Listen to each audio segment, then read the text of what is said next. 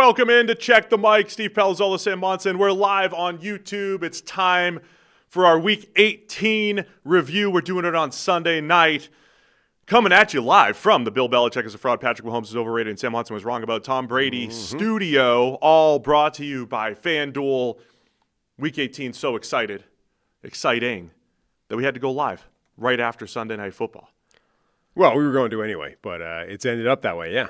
So here we are. We're going to go game by game here on a Sunday night. If you're watching on a Monday morning, we just started early. So let's get into it. The playoff picture's set. Let's start with what we just witnessed. We're going crazy order. Who knows what order we're going in tonight? What a ridiculous game. The Pittsburgh Steelers 26, Baltimore Ravens 24. Steelers move to 10-7. They win the AFC North. Tomlin does it. Working backwards through life here. We just saw Tyler Loop miss a 44-yard field goal that would have put the Ravens into the Monday night game, would have won the AFC North for them, all because Chris Boswell missed the extra point after Aaron Rodgers led the game, the go-ahead touchdown drive. I've never seen two teams trying harder to lose a football game and get themselves out of the playoffs than those two. It's unbelievable. Like everything that happened in the second half of the game was both teams trying to conspire to lose that game. Like complete and total coverage busts all over the place. People falling over, kickers missing chip shots, people giving up massive kick returns, kicking the ball out of bounds. That was that game as well, right? Yeah. Like everything happened in that game trying to give it away. And eventually it was just like, they say it's going to come down to who has the ball last. Well, this was like, yeah, the same thing. But in this case, it was who's going to make the final mistake. It was an incredible game. I mean, there was not a lot of offense for either team in the first half. I'm trying to, it's again one of those games trying to figure out all of the high leverage plays and what happened. Aaron Rodgers leading the second half comeback. He finishes with 294 passing yards, 31 of 47. And for an offense that was, dink and dunk for most of the game. And then they finally opened it up a little bit, hit some seams, and then it was just a little double move by Calvin Austin for the go-ahead touchdown for the Steelers. Sometimes you see people put out passing yards and stuff, and there are passing numbers and things, and it's like, if you eliminate screens. I mean, if you eliminate screens in this, there's like almost no yards. Oh, I mean, there was a point where Rodgers was like 2 for 7 or 2 for 8 on passes beyond 5 yards for 6 yards. I mean, it wasn't like it's like they basically ran the entire offense was screens and the occasional toss play to a running back who was untackleable, apparently.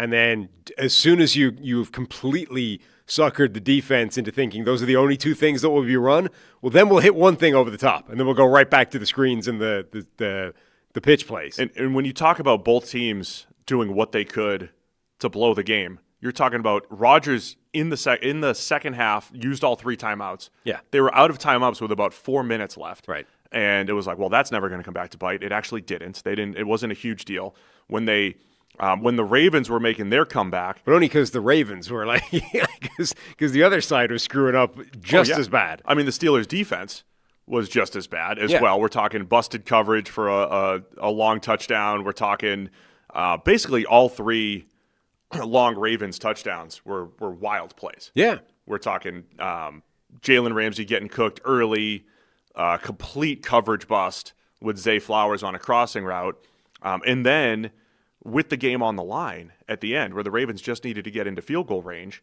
it's 4th and 7. The Ravens get a big kickoff return. I'm just trying to go through all these plays. Rodgers and the Steelers take the lead, right? You think they're going to go up 3. They miss the extra point. Right. So now shanked it. Boswell shanks the extra point. Completely shanked. So now the Ravens have about 50 seconds, all 3 timeouts, plenty of time. They get a huge kickoff return almost to midfield. Yep. Then they run an awful drive, right? They've got an illegal formation penalty. It gets to 4th and 7. Then the first play. First play was good.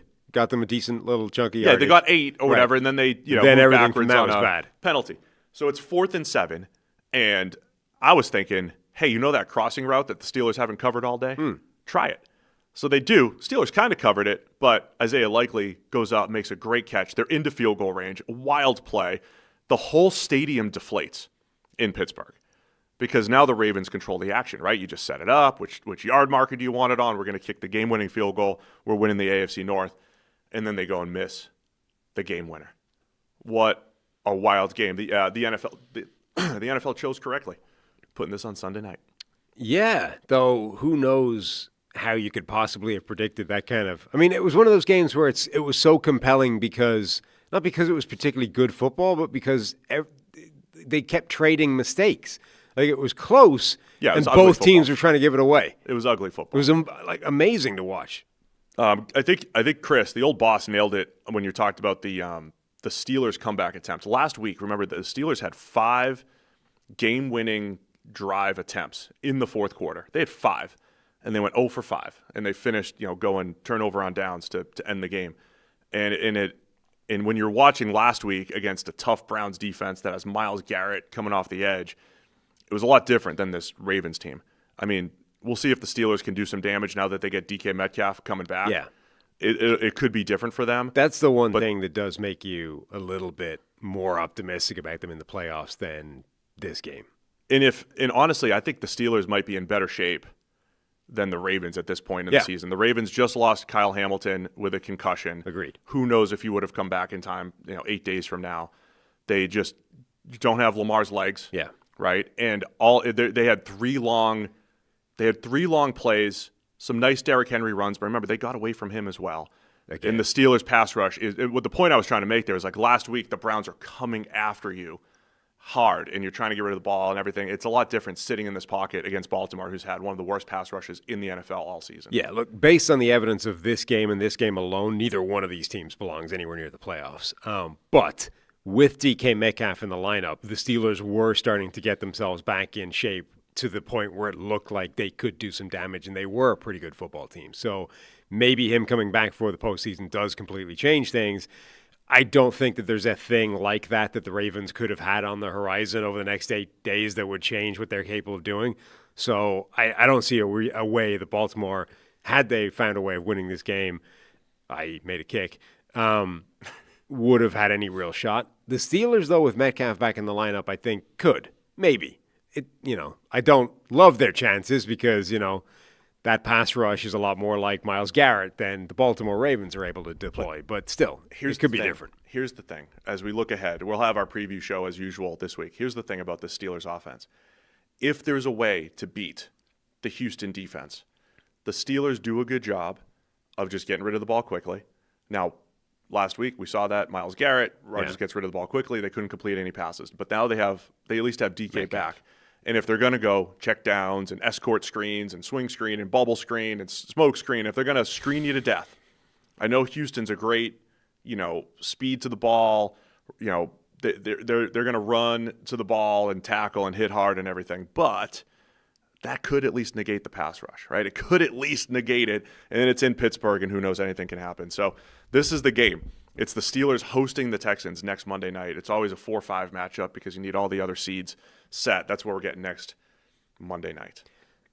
There's also, the Texans showed some vulnerability today, at least, to deep shots. If you can get them attacking and you can catch them with a one-on-one shot with DK Metcalf down the field, the best the Steelers' offense has looked all season long is when randomly they've just, gone, you know what, DK Metcalf's huge, fast, and dangerous. Why don't we just throw the ball down to him one-on-one? But you know what it feels like? If you go back and watch this game, and it felt absurd for a while watching the Steelers offense with all of the dink and dunk underneath and designed underneath stuff.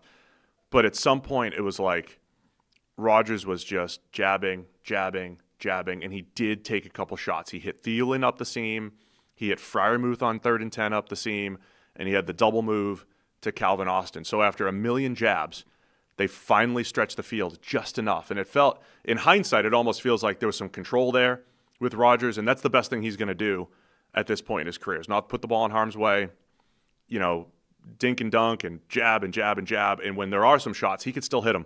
So, man, Steelers get the win, but both teams definitely doing what they could to lose. A missed extra point and a missed field goal in the last minute of the game. Just unbelievable sequence of mistakes.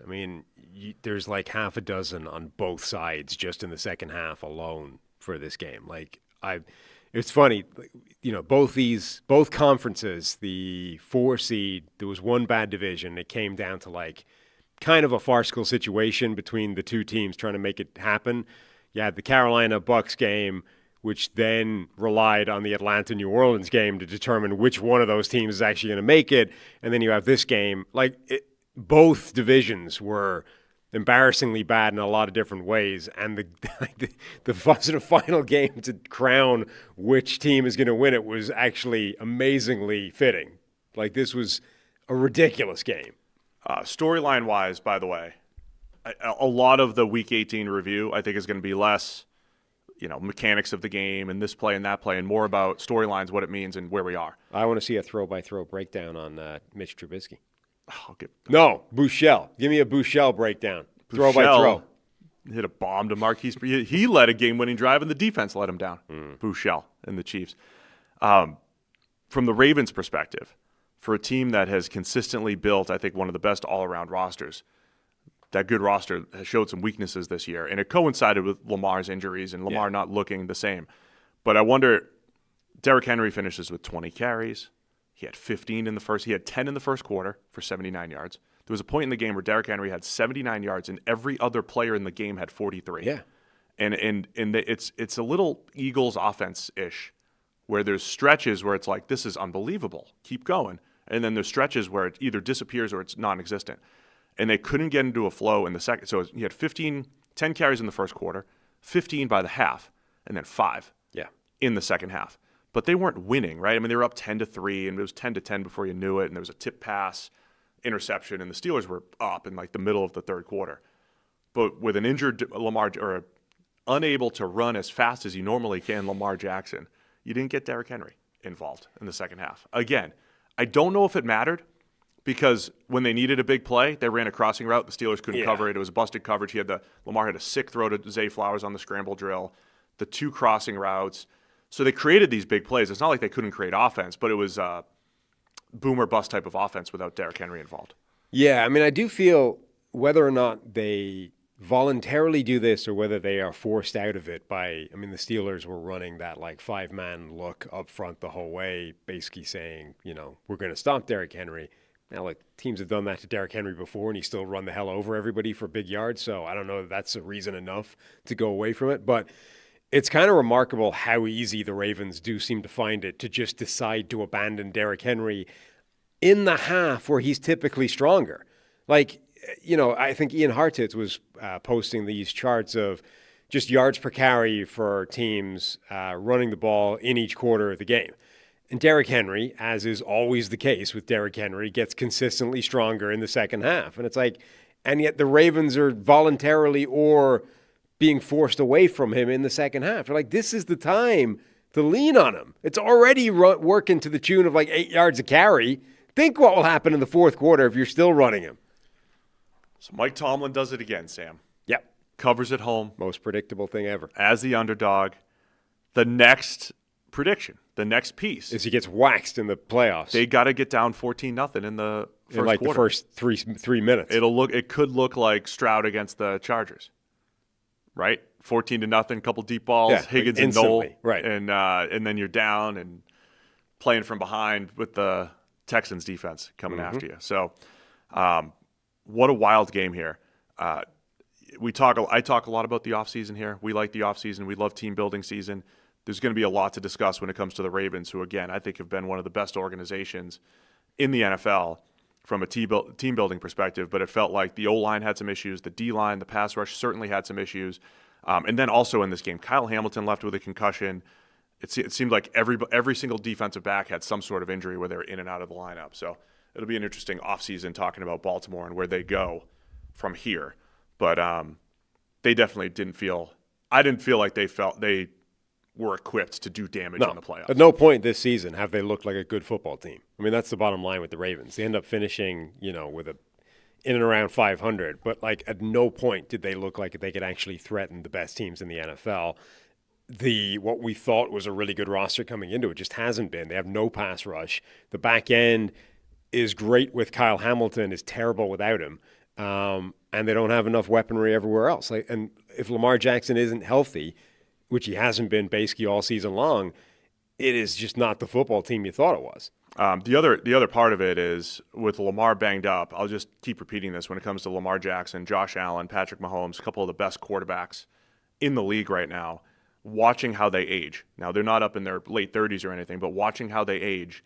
And like we saw Rodgers tonight, he's not as fast as he once won. Once. It took him till his late 30s and into his 40s before he lost a step and you popped Achilles. And you change your game. But it's the first real era of football where all of the top quarterbacks are, they're not run-first quarterbacks, certainly, but they're a big part of their game is their legs and how they age, with Mahomes coming off an ACL and the way Allen plays and the way Lamar plays.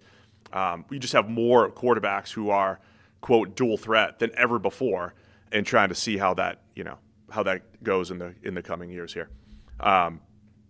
Anything else on this crazy Sunday night game? No. I think the right team is in the playoffs, but neither one of these teams really belong there. I'm interested in credit Pittsburgh and Rodgers, by the way. I mean, it's the same roller coaster ride with Tomlin. Yeah, his team. That's the thing.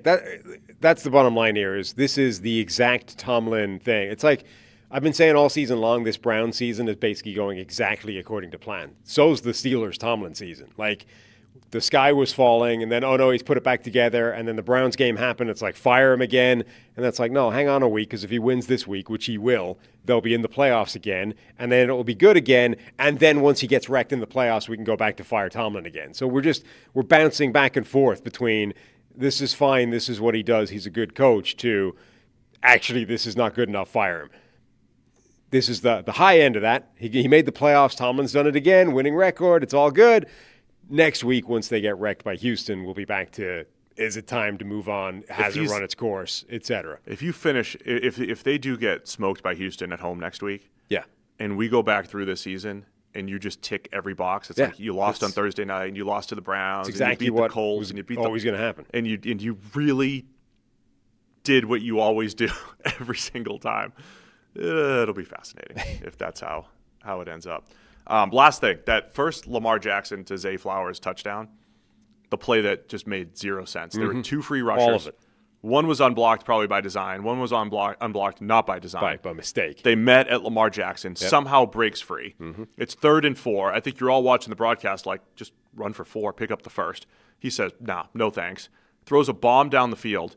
And when you look down the field, it's Zay Flowers running away from linebacker Patrick Queen. Yeah. And it's an absolute dot from Lamar Jackson for the touchdown. Nothing about that play made sense to me. None of it.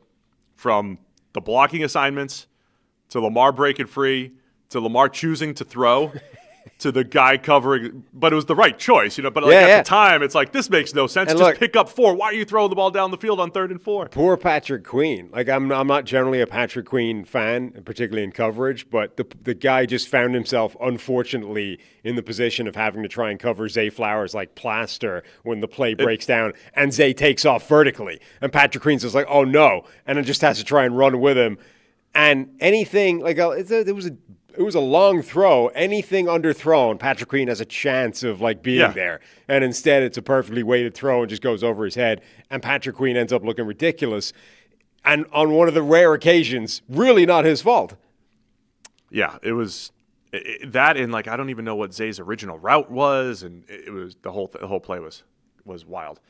Shout out to Drake Holiday in the chat, power viewer, Ravens fan, who's sad tonight, but I'm looking forward to Drake's offseason takes, who the Ravens should draft. I don't know if you've got some early takes on that, but we'll keep an eye on that as we get into draft season for more than half of the league. Oh, that's true. That's a good point. Teacher, whatever his name is, 833. Tomlin doesn't lose on Monday nights. Oh, jeez. It's Monday night at home. In the playoffs. Now, that complicates So something has to Something's got to break. You can fall behind 14-0. And still win. Wow. If they put them Saturday afternoon, they're done. Yeah, toast. Absolutely screwed. Monday night at home against Stroud and the Texans? Monday night at home is worth a 14-point swing in their direction.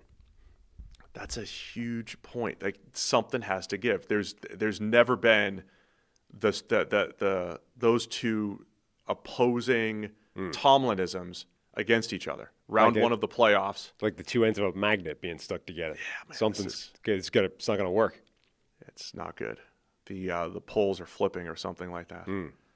All right. Anything else on that one? No. So we had to start with Sunday Night Football because it's what we just saw. We're live here again. If you usually tune in Monday morning, that's cool. We did it Sunday night. We're staying here till 2:30 in the morning, whatever it takes. Late night. Let's go back to Saturday, yesterday. God. Panthers and the Bucs. The other ridiculous game for the division. We're going to start with the worst division races that there are. Bad rain. Tampa Bay Bucs get the win. God, you were suggesting we go to this game, and here it is, like a torrential downpour in Florida. I was so happy we were not at that game. I made an offhand remark that, and you were like, we could be on the sideline. It's an island game. The doctor could probably get us on the sideline. I'm like, we would have been standing there getting drenched in the pouring Florida rain. Yeah. It would have been miserable. You've been mad at me before. And we for would various decisions. There's not a chance either one of us would have brought rain gear. We would be standing there in jeans that were just soaked through. It would have been awful. This would have been the worst. This would have been the most mad at me you would have ever been. It really would. I would have been so upset. I hooked you up. I was standing there on the sideline. We're watching this, play-in game from the sideline. Yeah. Pouring out. She's getting soaked. The Tampa Bay Bucs win 16-14. Old friend Timo Riska, by the way, he started to go viral because, remember, this was like 5 weeks ago, and he put out the tweet. It was the scenario, yeah. He put out the scenario, and the way he worded it was like when you round it, it is a 0% chance. It's like a point whatever percent. There's like a rounding chance error possibility here that this thing could happen. That we get to this point, and once the Bucs won, we got to that point where the Bucs win, get to go to 8-9, the Panthers win, they go to 8-9. And because of this result, they were sitting there waiting for this. Which I still think is Saints-Falcons ridiculous. game. Like, it's incredible. I can't believe that they hung this game out to dry and made both teams effectively wait for, like, basically a full day to work out whether they were going to make the playoffs or not. They had to. And then they had to sit there. No, I'm just saying, that's what ended up happening. Right. They easily could have just had this. I don't know. I don't blame the NFL because I feel like there could have been another game stuck into this window that didn't have that. The NFL had 3 island games this weekend, and they all had the most playoff implications, right? The 2 play-in games and the 1 number 1 seed game. I think they did a good job from a scheduling perspective for that. And then but the fact that the Panthers and Bucs had to sit home and root for their division rivals in real time on a Sunday afternoon at 1, man, that had to have been tough, especially the way that game played out. It's just so amazing, this division. From the Bucs looking like this thing was theirs, like early in the year, it looked like they had this division absolutely wrapped up. They were going to waltz their way to the playoffs, and maybe they would be a really contending team once they got there, when everybody got healthy. We went from that to actually Carolina somehow is winning enough games, and they're John Dalying their way up until this final showdown with the Bucs.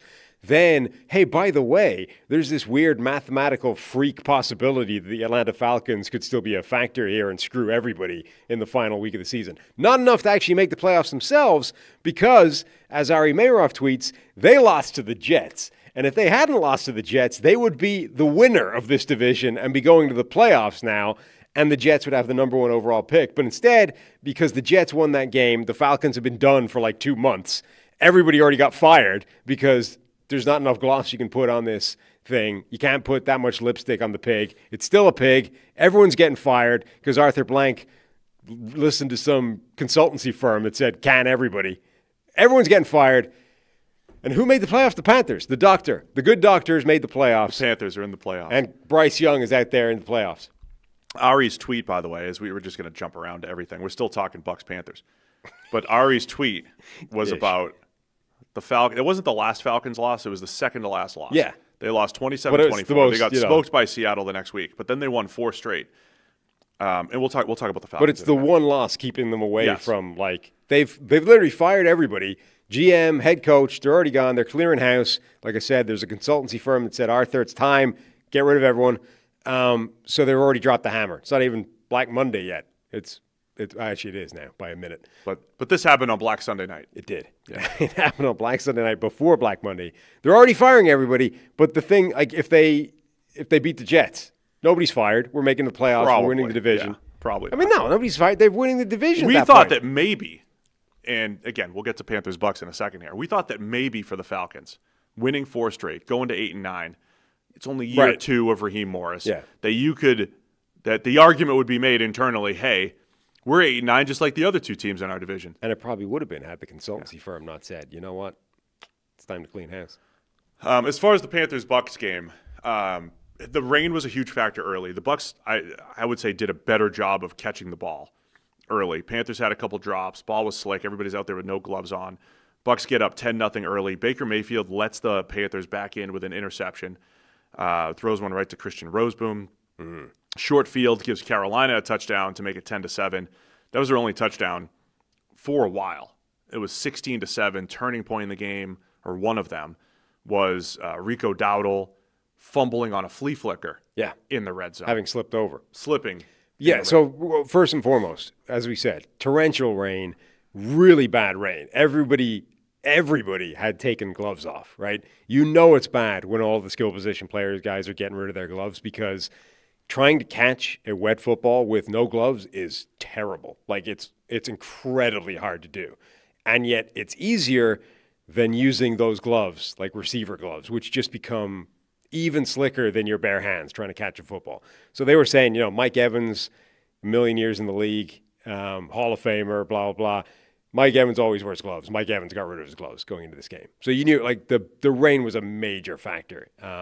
And then, the flea flicker thing, everyone on Twitter was losing their minds over, you got too cute. I don't know that a flea flicker is a particularly risky play to run in bad conditions. It's like he slipped.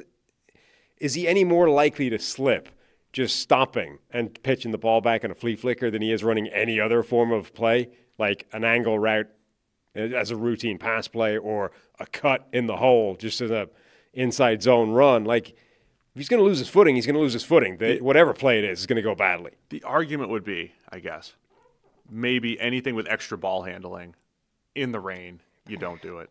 But but the ball handling, that was only a problem because he tried to pitch it as he was falling. Right. That's not a problem with the flea flicker. That's a problem of, hey, if you're falling over, don't pitch the ball. You still have to run plays in the rain. The rain stopped in the second half, and then it did come back when the Bucs were trying to go on their big final drive. But it was certainly a huge factor in the game. Panthers didn't get anything going.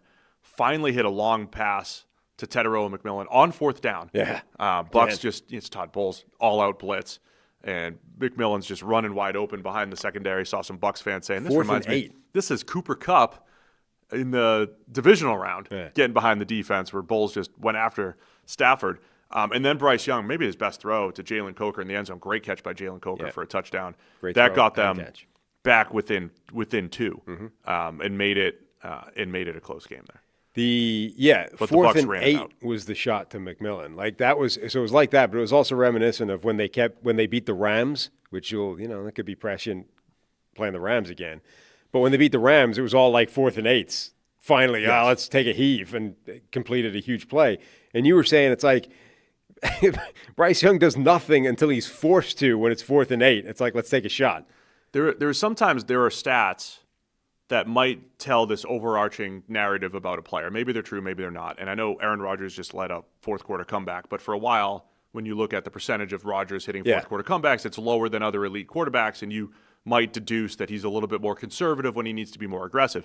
The Bryce Young stat was that 14 career wins, 12 are on fourth quarter comebacks. Right. So I saw somebody suggest on Twitter when I mentioned that, is this Bryce Young, he'll throw it down the field when he needs to, because he's also in this special world of like lowest average completion, yards per completion in NFL history. He's in this special world of awful in some certain stats in year 3 of his career. But you and I we come out here every other week and we're like, that's pretty good by Bryce Young. And does he just wait until he has to throw the ball down? And also now, like, what kind of ridiculous percentage of plays has he got of these like 4th and 8 bombs, where it's like, this is a terrible percentage play, and somehow you're winning games off the back of these things multiple times this season alone. And then, in this one, the officiating was poor. Awful. The bad calls that went against the Panthers, they had Servassier Dennis ripped off someone's helmet, and they completely missed it. That was a key play that would have given the Panthers a first down, obviously. Mm-hmm. Teterow and McMillan, the first big play that they did hit, gets negated by an offensive pass interference. And then the next series, the Panthers got called for defensive pass interference by Nick Scott, where he barely touched the guy. So I think the offensive pass interference was bad as well. And then there was also the play where they blew it dead when it was a backwards pass, and therefore a live ball when Rico Dowdle didn't catch it. I don't know who that really affected, because it didn't affect anybody, but it's a terrible call. It was a bad call. They blew a play dead that should have been live and play on, and could have been really significant in either direction, because it's backwards. Dowdle can't quite catch it, drops it, it basically bounces back up to him. But he stopped playing. Yeah. And before the whistle, he just assumed it was done as well. So at that point, there is a live football, and the guy carrying the ball has basically stopped playing the game. That could be catastrophic if a dude runs up behind him and just punches the ball out. And instead, they blew the whistle dead. Then the guy comes on and announces that the ball went out of bounds. And you're like, what? Yeah, when it's he in his said out of bounds, hands. it did not go out of bounds. No, it never came close to going out of bounds. And by the way, right now, it's in his hands. It was bad. What are you talking about? The offensive pass interference on McMillan, I think, was a pretty bad call as well.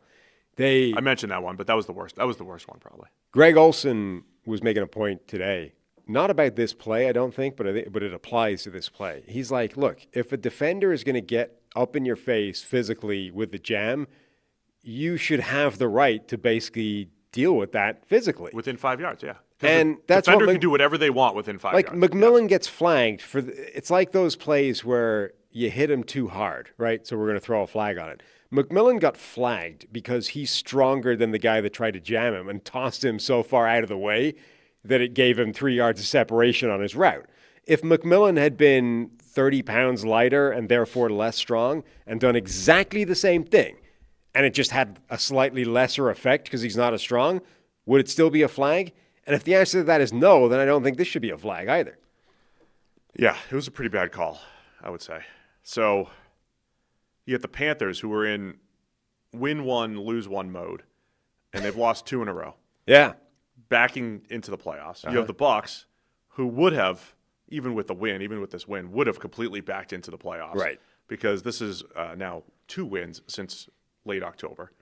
The Bucs, by the way, Baker Mayfield, just an interesting, if you're into QB wins, or at least over multiple years of time, he's 1 game under 500 as the starting quarterback for the Browns. He's now 3 games over 500, 27-24 as the Bucs starting quarterback. It's just an interesting, at the end of the day, after 4 years with the Browns, 3 years with the Bucs, he's like a couple games on either side, record-wise, with the Bucs.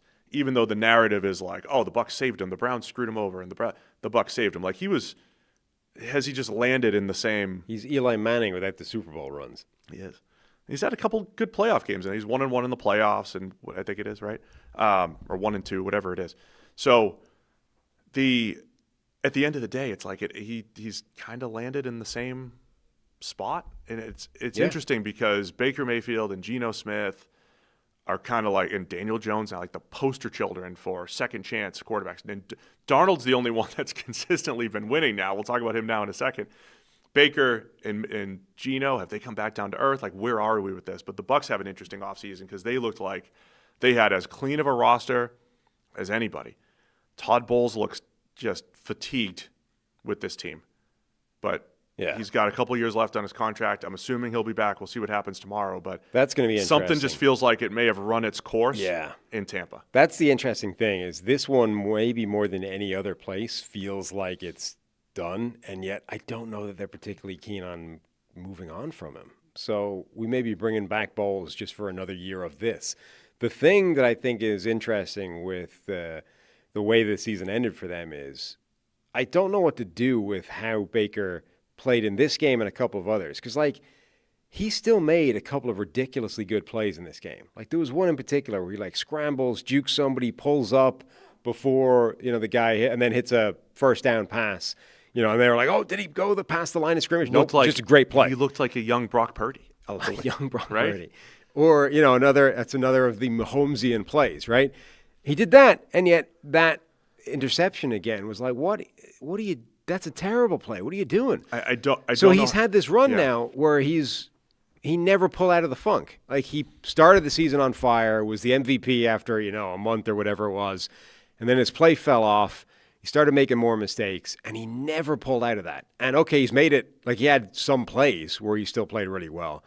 But at no point down the stretch have you really said, oh, Baker's gone back to balling out the way he did earlier in the season. He just dropped off and never came back. And look, I think he's going to be the quarterback for the Bucs next year. It's just an interesting spot that they're in, and I need more time to maybe flesh out this take.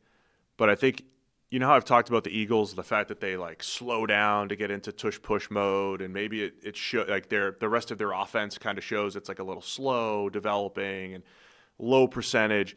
Does Baker, because he's been so good as a scrambler the last year and a half, really, Baker, and he's had to rely so much on these out of structure plays, has that affected his in structure play? Because again, they've got good receivers now. Again, they've got their guys back, and he just never got into that flow. So I don't know if the thing he's doing well now, which the great play that he made yesterday, the third and long scrambles that he's made, has that affected his down to down? Because now it's like he's pulled from that to play out of structure too much, maybe. So I don't know. Something's off with the Bucs right now, though. So Panthers are hosting a playoff game. Yeah, good for them. Because. Anything else on this one before I go to the because? What else do I got? Carolina, one thing that did pop up in the broadcast that I didn't know before this, and I'm going to credit the doctor for this. I assume it's his doing. They said that Carolina goes for fourth downs on 33% of their fourth downs, which is the second most in the NFL. Like they are the second most aggressive fourth down team in football. I assume that's the good doctor and nobody else. Yeah, I mean and by the way, it's an interesting dynamic, right? It's kind of like what happened with baseball 20 plus years into the data analytics revolution for sports. Everybody's got the same data. But then when you have the information, it's like, well, it's got to get to the decision maker. So when you have a team that implements that, it's like you've sold the decision maker. You've sold Dave Canales on this is the way to play. And if you go back and look at how and why the Panthers have won games, I go back to that Rams game. They've won it 3 or 4 games because they hit 4th and 3, 4th and 5, 4th and 8. And look, a lot of them weren't like groundbreaking decisions. It wasn't like they were going for it on their own 13 and, they never should have. These were the right times to go for it. It's also like when you're down and it's a one-score game in the fourth quarter and it's fourth down, you have to go for it. Right. So, I mean, it's not even a decision. But that's a huge reason why the Panthers have overachieved, because a lot of the underlying metrics, bottom 10 in both EPA on offense, EPA on defense, point differential for every team in the South is negative.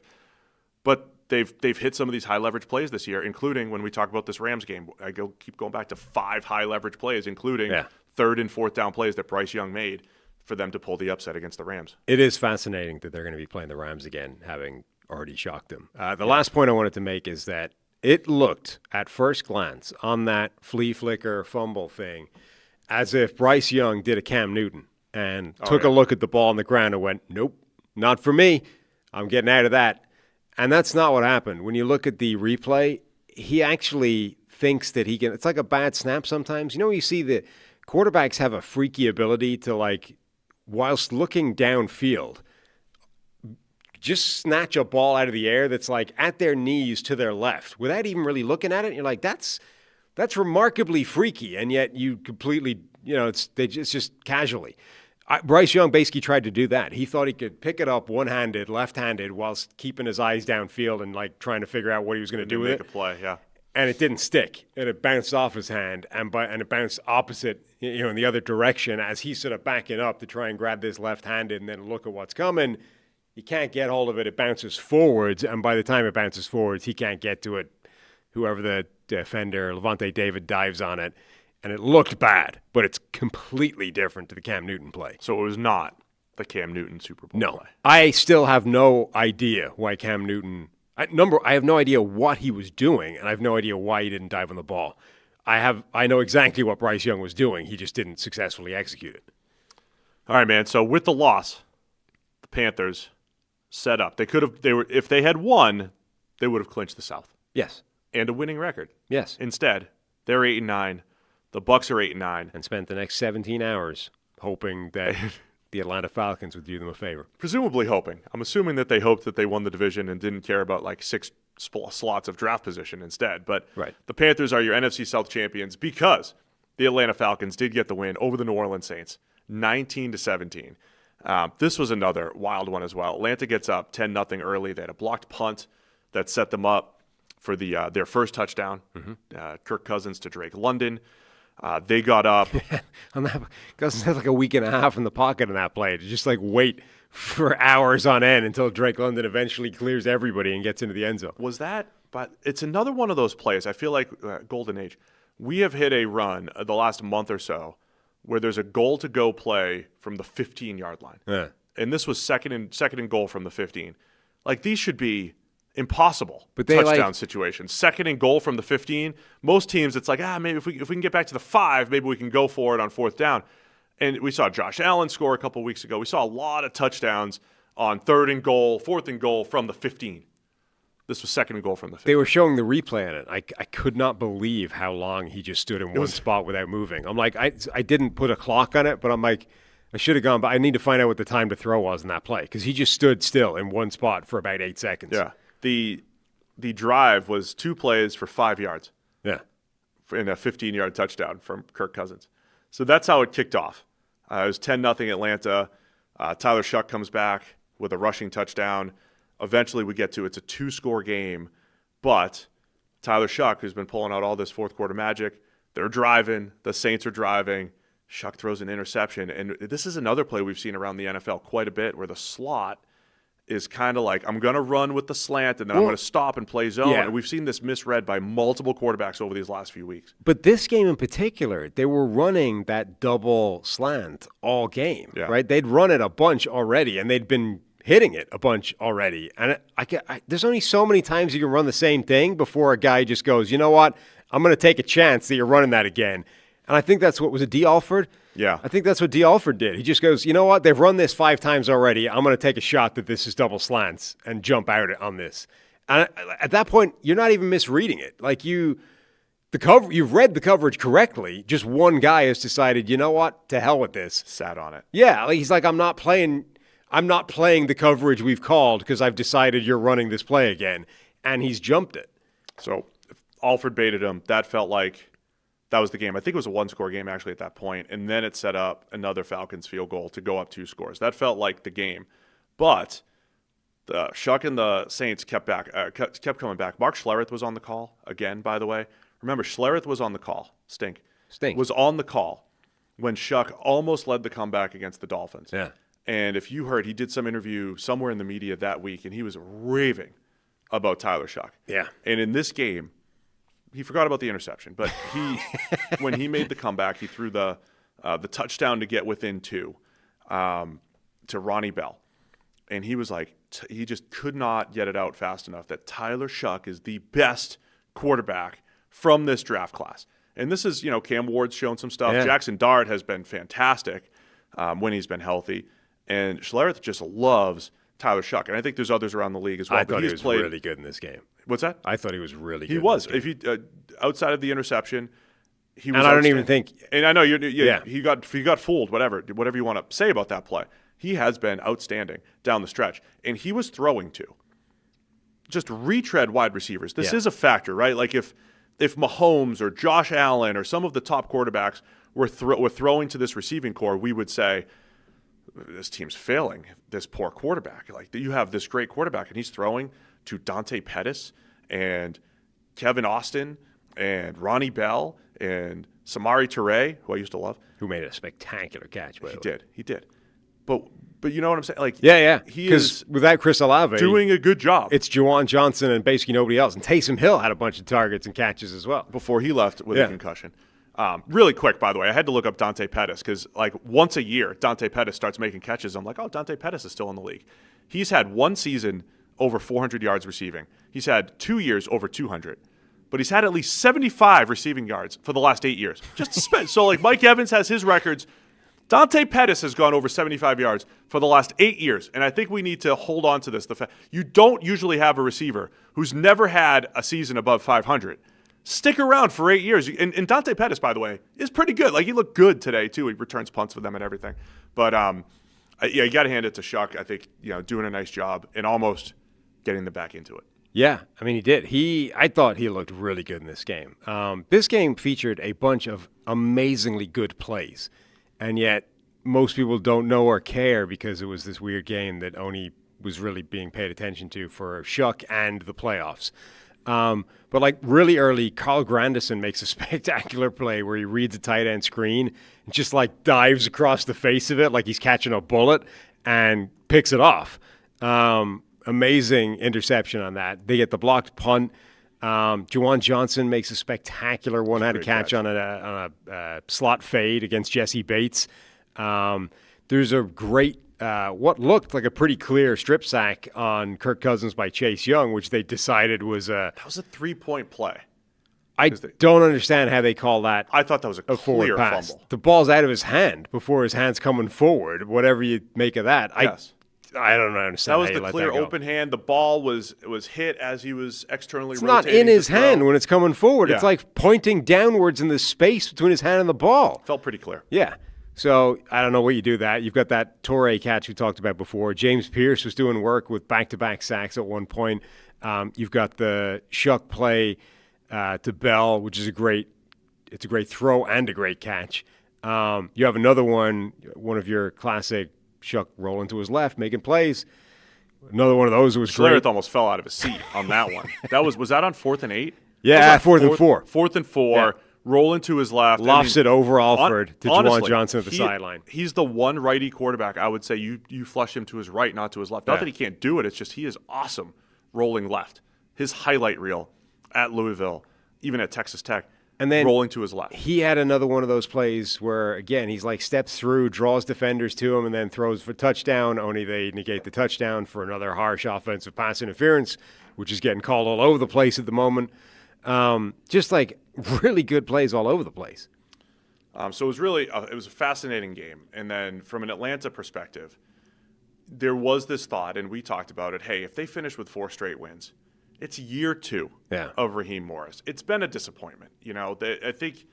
I thought they were 1 game away from the division last year against the Bucs. Had some disappointing losses, but it felt like a good first year where Michael Penix Jr., who they went all in on Michael Penix Jr., finished strong last year.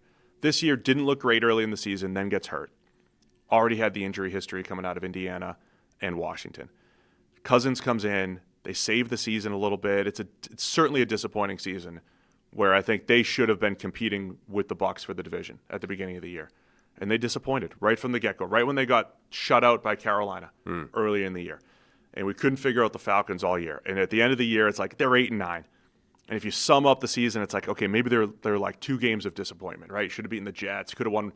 They lost by 1 to New England. They lost in overtime to the Colts. So you're into this what-if territory.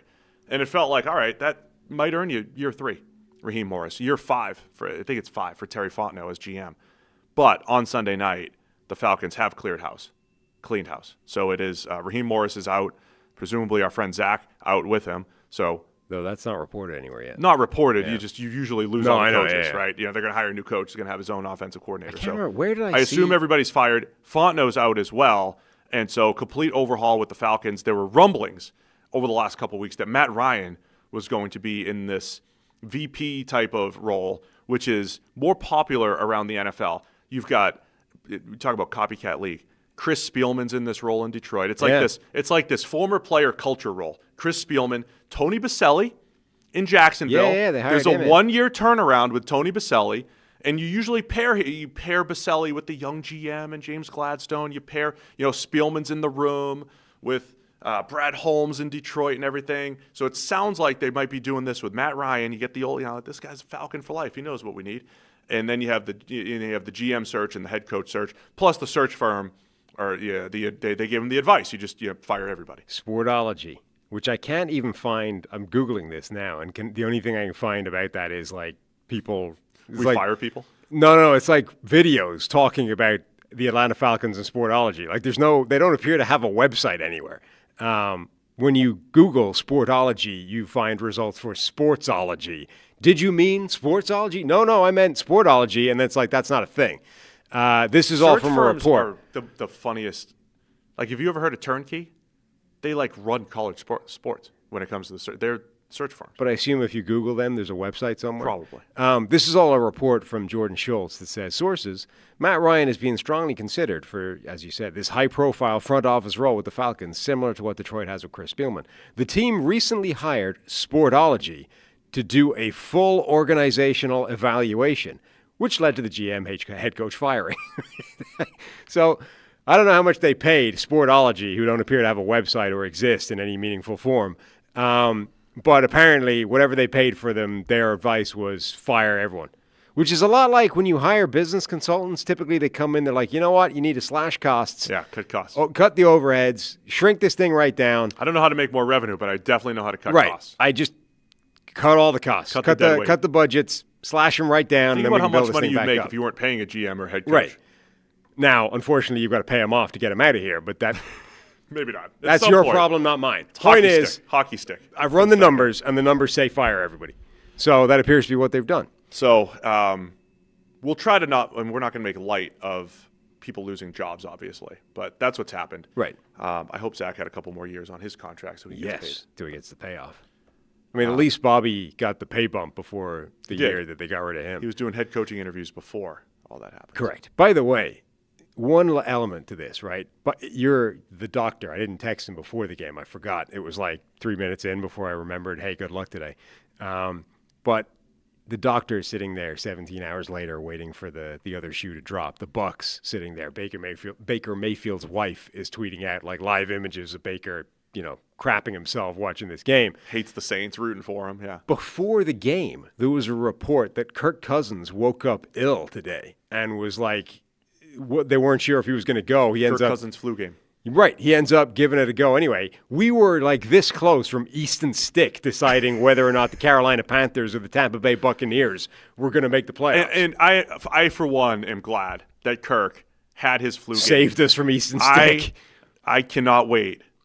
I will be thrilled once August rolls around. Mr. August, Easton Stick.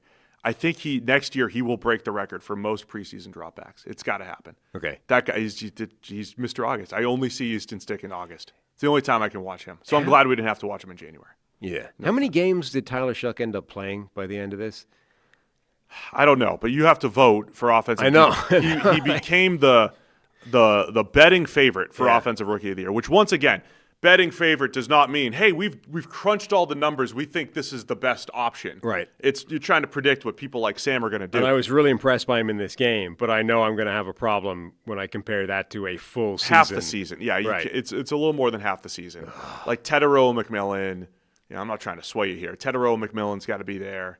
Right? I also saw, by the way, the kind of blind resume stuff. Like if you just blind resume, Ibuka and McMillan's numbers are basically the same. And Ibuka's disappeared in the second half. But one of them did that in the first half of the season, so he's a bum, and the other one did it in the second half of the season.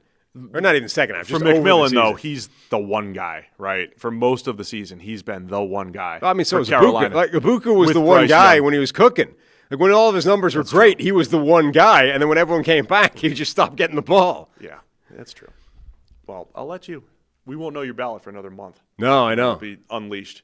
Then people can crap on it. I cannot believe hearing some of the things that you talked about voting. Not that you'll tell me, but know what your thought process was. There's nothing wrong with it. Watch out. Watch out. The people are coming after you. I've already said that. I know. NFC South. It's so Panthers are hosting the Rams. Yeah, again. Because we're playing the them again. Falcons won. And everybody's out in Atlanta. Everyone's out. Wednesday we'll do more. So we'll go live. So this has freed us up for later today on Monday, on Black Monday. Great. To instantly react to any head coach firings or whatever it might be. So we'll I instantly also have react. to vote on all this stuff tomorrow. I know you got. Which means I got to do like research. You have a big and stuff. work to. I have transfer portal consulting to do all day. I have to get the schools that I consult with to pick the right players in the portal as it's open here. So we both have a big day, but we'll break news and we'll go live as needed. But then Wednesday, more of like a full recap with a lot of these teams and open jobs and what's going to happen there. Next game, Saturday night. Going back to Saturday night, Seattle Seahawks get the win over the San Francisco 49ers. It was 13-3. Seahawks moved to 14-3, number 1 seed. Another exceptional performance from their defense. Yeah. Well, I mean, their defense was pretty phenomenal. San Francisco's defense did better than I was expecting it to do in this game. Like if you had sort of given the overall point total for Seattle going into this game and said, this is what the 49ers will keep them to, how does it go? You'd be like, they'd probably win this game fairly comfortably. But no, Seattle's defense was phenomenal, did the best job against the 49ers offense that anybody has done for a long time, and that was the difference in the game. They really shortened the game. I'll tell you what, the Seattle season has been fascinating because halfway through the year, we looked at Darnold's numbers and every number, EPA per play, PFF grade, big-time throws, turnover-worthy plays. Remember, we were breaking out. He was number one in both big-time throws and avoiding turnover-worthy plays. As Darnold has tapered off a little bit in the second half, the run game has come good. Because remember, the most impressive thing about Darnold in the first half of the year is he was doing it without a run game. A very ineffective, high-volume running attack that was putting them into disadvantageous situations, and him and JSN were still cooking. But the run game has been good, especially these last 2 weeks. Like you were looking for an Achilles heel for this team, and it's like the defense is amazing. Darnold's playing really well. JSN is a one-man receiving core. It doesn't matter that they're not, they don't have much beyond him. But man, the run game just isn't there. And it's like, and it should be, because Kenneth Walker, Charbonnet, these are both talented running backs. Like, why isn't this run game better? Well, it is better all of a sudden. I mean, those guys are absolutely cooking. The whole thing started because Charbonnet broke off a big run and got the opening touchdown. That was after the controversial call of 4th and goal, going for it, getting nothing. 1st and goal from the 1 became 0 points for the Seattle Seahawks. But then part of why you go for those 4th downs at or around the goal line is because if your defense holds, if they go 3 and out, you probably get the ball back at midfield, at even their side of the halfway line, and then you can come back and get the touchdown anyway. Yeah, so that was part of the decision-making working out. I think there's something to the fact that, I mean, the old adage of run the ball, play defense and everything, this year, more than ever, you might see playoff games that look like this, where Ken Walker had 16 carries, Charbonnet had 17 carries. They ran for 180 total if you include the kneel downs. So they were moving the ball on the ground. Didn't put a ton of points on the board, a couple of missed field goals in there. But, that shortens the game for the defense. So the defense obviously has to get off the field. But at the end of the day, when you look at the Niners running only 42 plays, the NFL average is about 65. So the Seahawks ran 67 themselves. Yeah. So it wasn't like they ran, 90 plays and the Niners ran 42. That's what a normal game would look like as far as total plays. 67 to 42. So the defense, 2 of 9 on third down for the Niners. Couldn't get anything going. Mm-hmm. Pass rush combined with coverage. They sacked Purdy 3 times. He'd only been sacked 8 times coming in. Seattle defense is awesome. They're legit. Yep. And then you complement that with the run game, which has been better. Remember, Charbonnet, 2 touchdowns and a couple big runs last week against Carolina. This week, the big runs, Ken Walker, the other play, 3rd and 17, and they run a little toss play and pick it up. The Seahawks have done that now 4 times on 3rd and 15 or more this year, where they've run the ball and picked it up, disrespectfully too. Not a draw play, toss play, so it's disrespectful. So what I'm saying is the defense is great, yes, but I do wonder if the run game getting going is the other key part of this. And all year I was saying about Darnold, it's been a low volume, high efficiency passing attack. I think for the most part, he executed that again this week, going 20 of 26 for $198. Yeah, he did for the most part. I mean, his 2 worst mistakes were ones that don't really show up in the box score.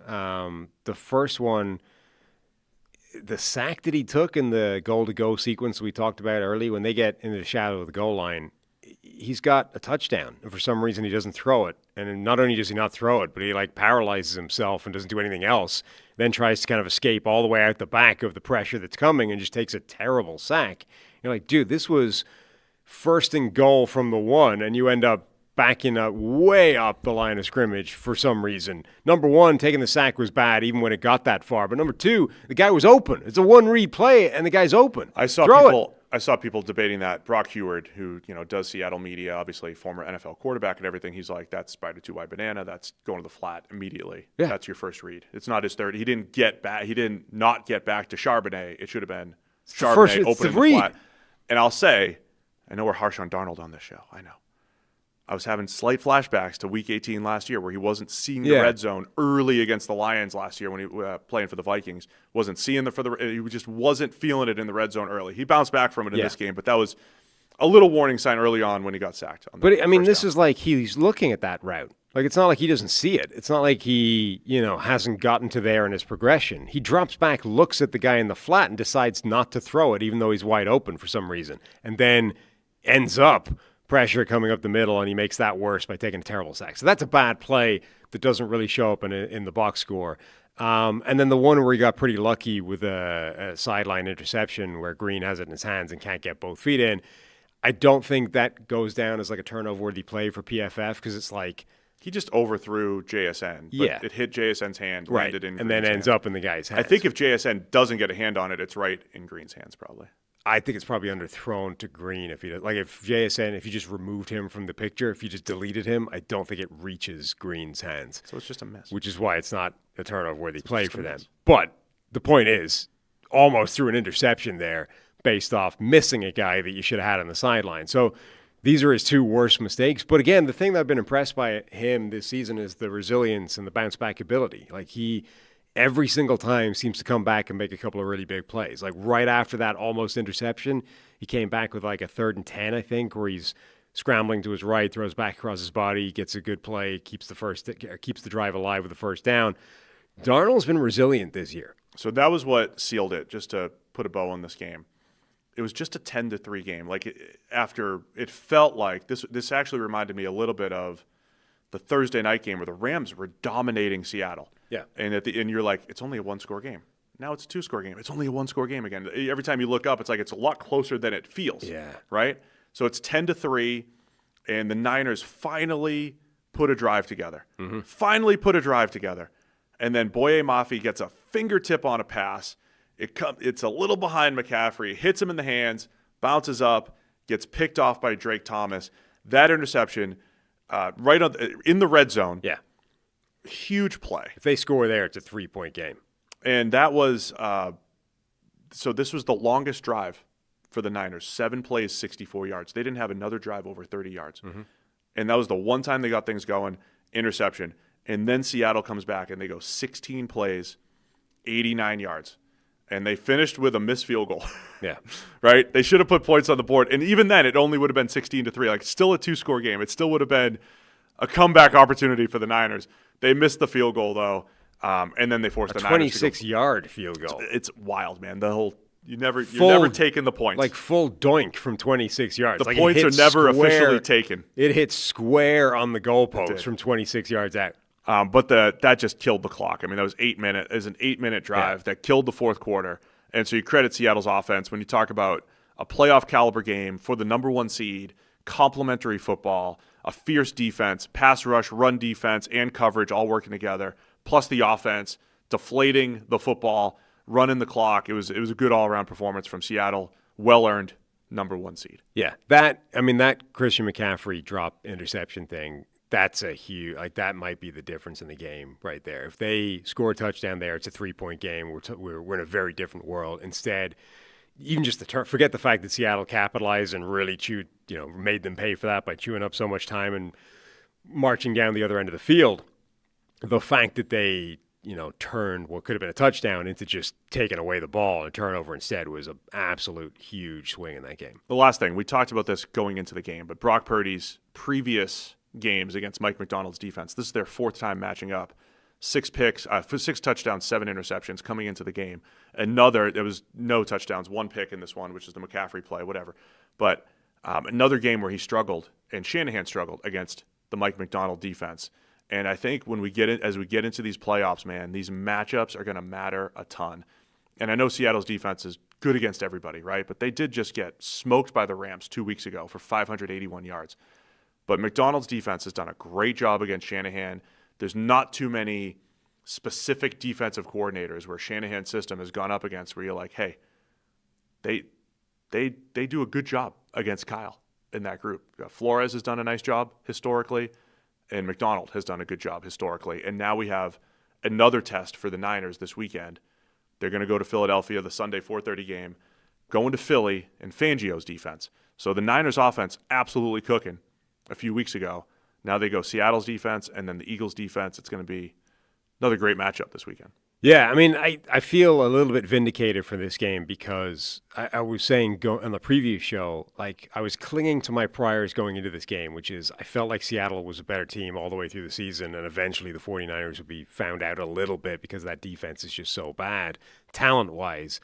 But if the 49ers found a way of winning that game and took the 1 seed, well, then you probably have to reassess all that. Didn't have to do that.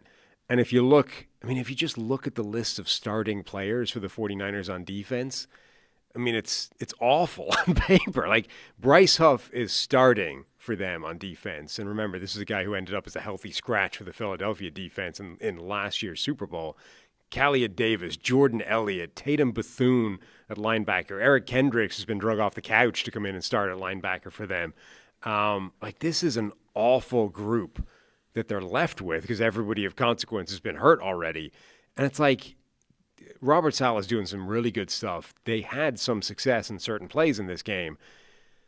But I just still can't imagine a world where that group is able to get it done enough for them to win. It's going to be more than one game in the playoffs. It's going to be a challenge. The rumor is, too, that Fred Warner could come back if there's a second game. Does change things. And if there is a second game, because the Niners are the 6th seed, if they were to win, all they would need is the Packers to lose, and they'd be locked in to play in Seattle, going to Seattle for their third matchup of the year.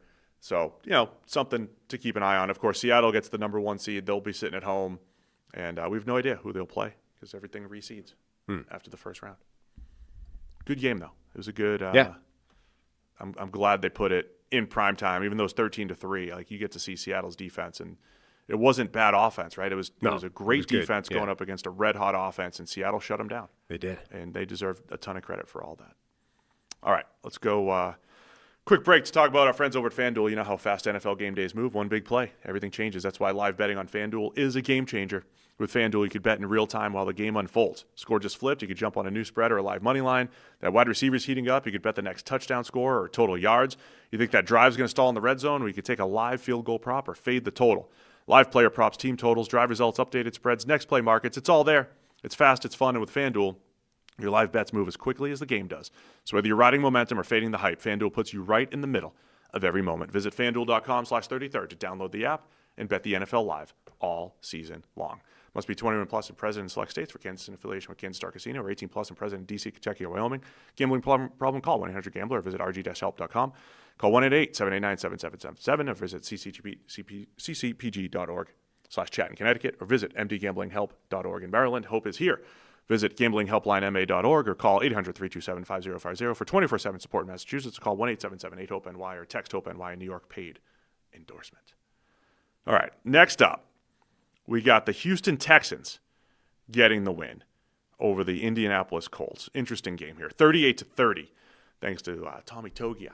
Yeah. Late touchdown to get to 38. Texans move to 12-5. Colts fall to 8-9. In this game, Texans were potentially playing for the AFC South title. They would have needed the Jags to lose. The Jags were taking it to the Titans. I think they realized that at some point, benched their starters. They took out C.J. Stroud and much of the defense. Colts hung tough, though. Riley Leonard did some nice stuff against the first team defense as well, and against the second team. But end of the day, Texans get the win. They lock in the number 5 seed as well as the wild card to go to Pittsburgh. So they wanted that, I think, as well. And the Colts fall to 8-9. Yeah, well, it's not what our friend Steph Stradley wanted. She wanted the home game. She did. For the tailgating or for the atmosphere. But it's kind of the best of both worlds of what we were talking about, right? Which is you could play for the better seed, but the second that evaporates, pull everybody and take the, just accept where you are, and you end up with the better matchup, I guess. So Riley Leonard made some good things happen. Alec Pierce remains inevitable, 66 yards early, total coverage bust, but Leonard got it there. It's trips left. Neither one of the cornerback or the safety went with the vertical, so he's just wide the hell open. That part was encouraging. And honestly, okay, he made some mistakes in the game. It wasn't perfect, but Riley Leonard played well enough in this game, even against the starting Houston defense, that it kind of makes me think, at least, like, are we sure Old Man Rivers was giving you the best chance of winning those games with his pick sixes and all? Like, is it definitely true that was the case, or was it just, that was pretty good for an old guy? They probably didn't see much of Riley Leonard at practice. And look, who knows, because remember, he got hurt coming out of that first game. It's like, he was hurt too, right? Leonard got hurt. Last time we saw him, he played in relief of Daniel Jones in Jacksonville, and got banged up coming out of that game. Then they call Rivers out of the high school ranks. Yes. So it's like, who knows what Riley Leonard would have been able to do had he been able to go, et cetera, et cetera. But it's like, This is less the Colts thing and more like the narrative in the last couple of weeks has been, man, Rivers has really shown the NFL up for this like fraudulent enterprise of this 44-year-old can come in and be better than a rookie. It's like, I'm not sure he is better than the rookie they had. And that rookie wasn't a particularly good rookie relative to high draft picks or anything. I mean, Leonard was in that. I think I put like 8 quarterbacks in this developmental quarterback bucket. Right. And he was one. They all had something to hang their hat on. For Leonard, it was his running ability, athleticism, and if he could develop as a passer. And look, complete coverage bust on that first long touchdown, absolutely. Yeah. Which, by the way, that was my but about all of Houston's defense last year. I'm like, they're great pass rush, great corners. Yeah, but there's like 1 or 2 blown coverages per week in Houston, and defense or offenses were not taking advantage.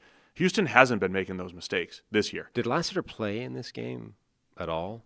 Let me look. Because I know, it is interesting, this defense. They're amazing pass rush up front, and they've got really good corners. I do love their safeties less. Now, Stingley played just 26 snaps. Yeah. And that was about it. No Lassiter. Yeah, but that's the thing. So Stingley played, and I think was involved. Tremont Smith was cornerback 3 last week. He played every snap on the defense this week. But as soon as he came out against the Chargers last week, Lassiter came out and Smith came in. He was getting picked on a little bit. Yeah, but Lassiter didn't play at all, which is a factor in here. No, it is. But it's like there's some backups in there for most of the game, but it's like, hey, Riley Leonard showed some stuff. Yeah, he did. Showed some positive plays. The Colts were also breaking out all the trick stuff, so we had a fake punt pass, Rigoberto Sanchez to Mo Ali Cox with a jump ball, just because why the hell not? We got nothing else to play for. And then they ran no huddle after that and ran another play with the punt team. Right, like a direct snap to the punt guy. Yeah. That was awesome. To catch them in 12 men off the field. That was great. Just for giggles. Why not? Anytime you can run a fake punt and then run hurry up with the punt team. You mentioned the Tommy Togiai touchdown at the end to cover the spread. Did you catch the yin to that yang? Did it cover? I think so. What was it?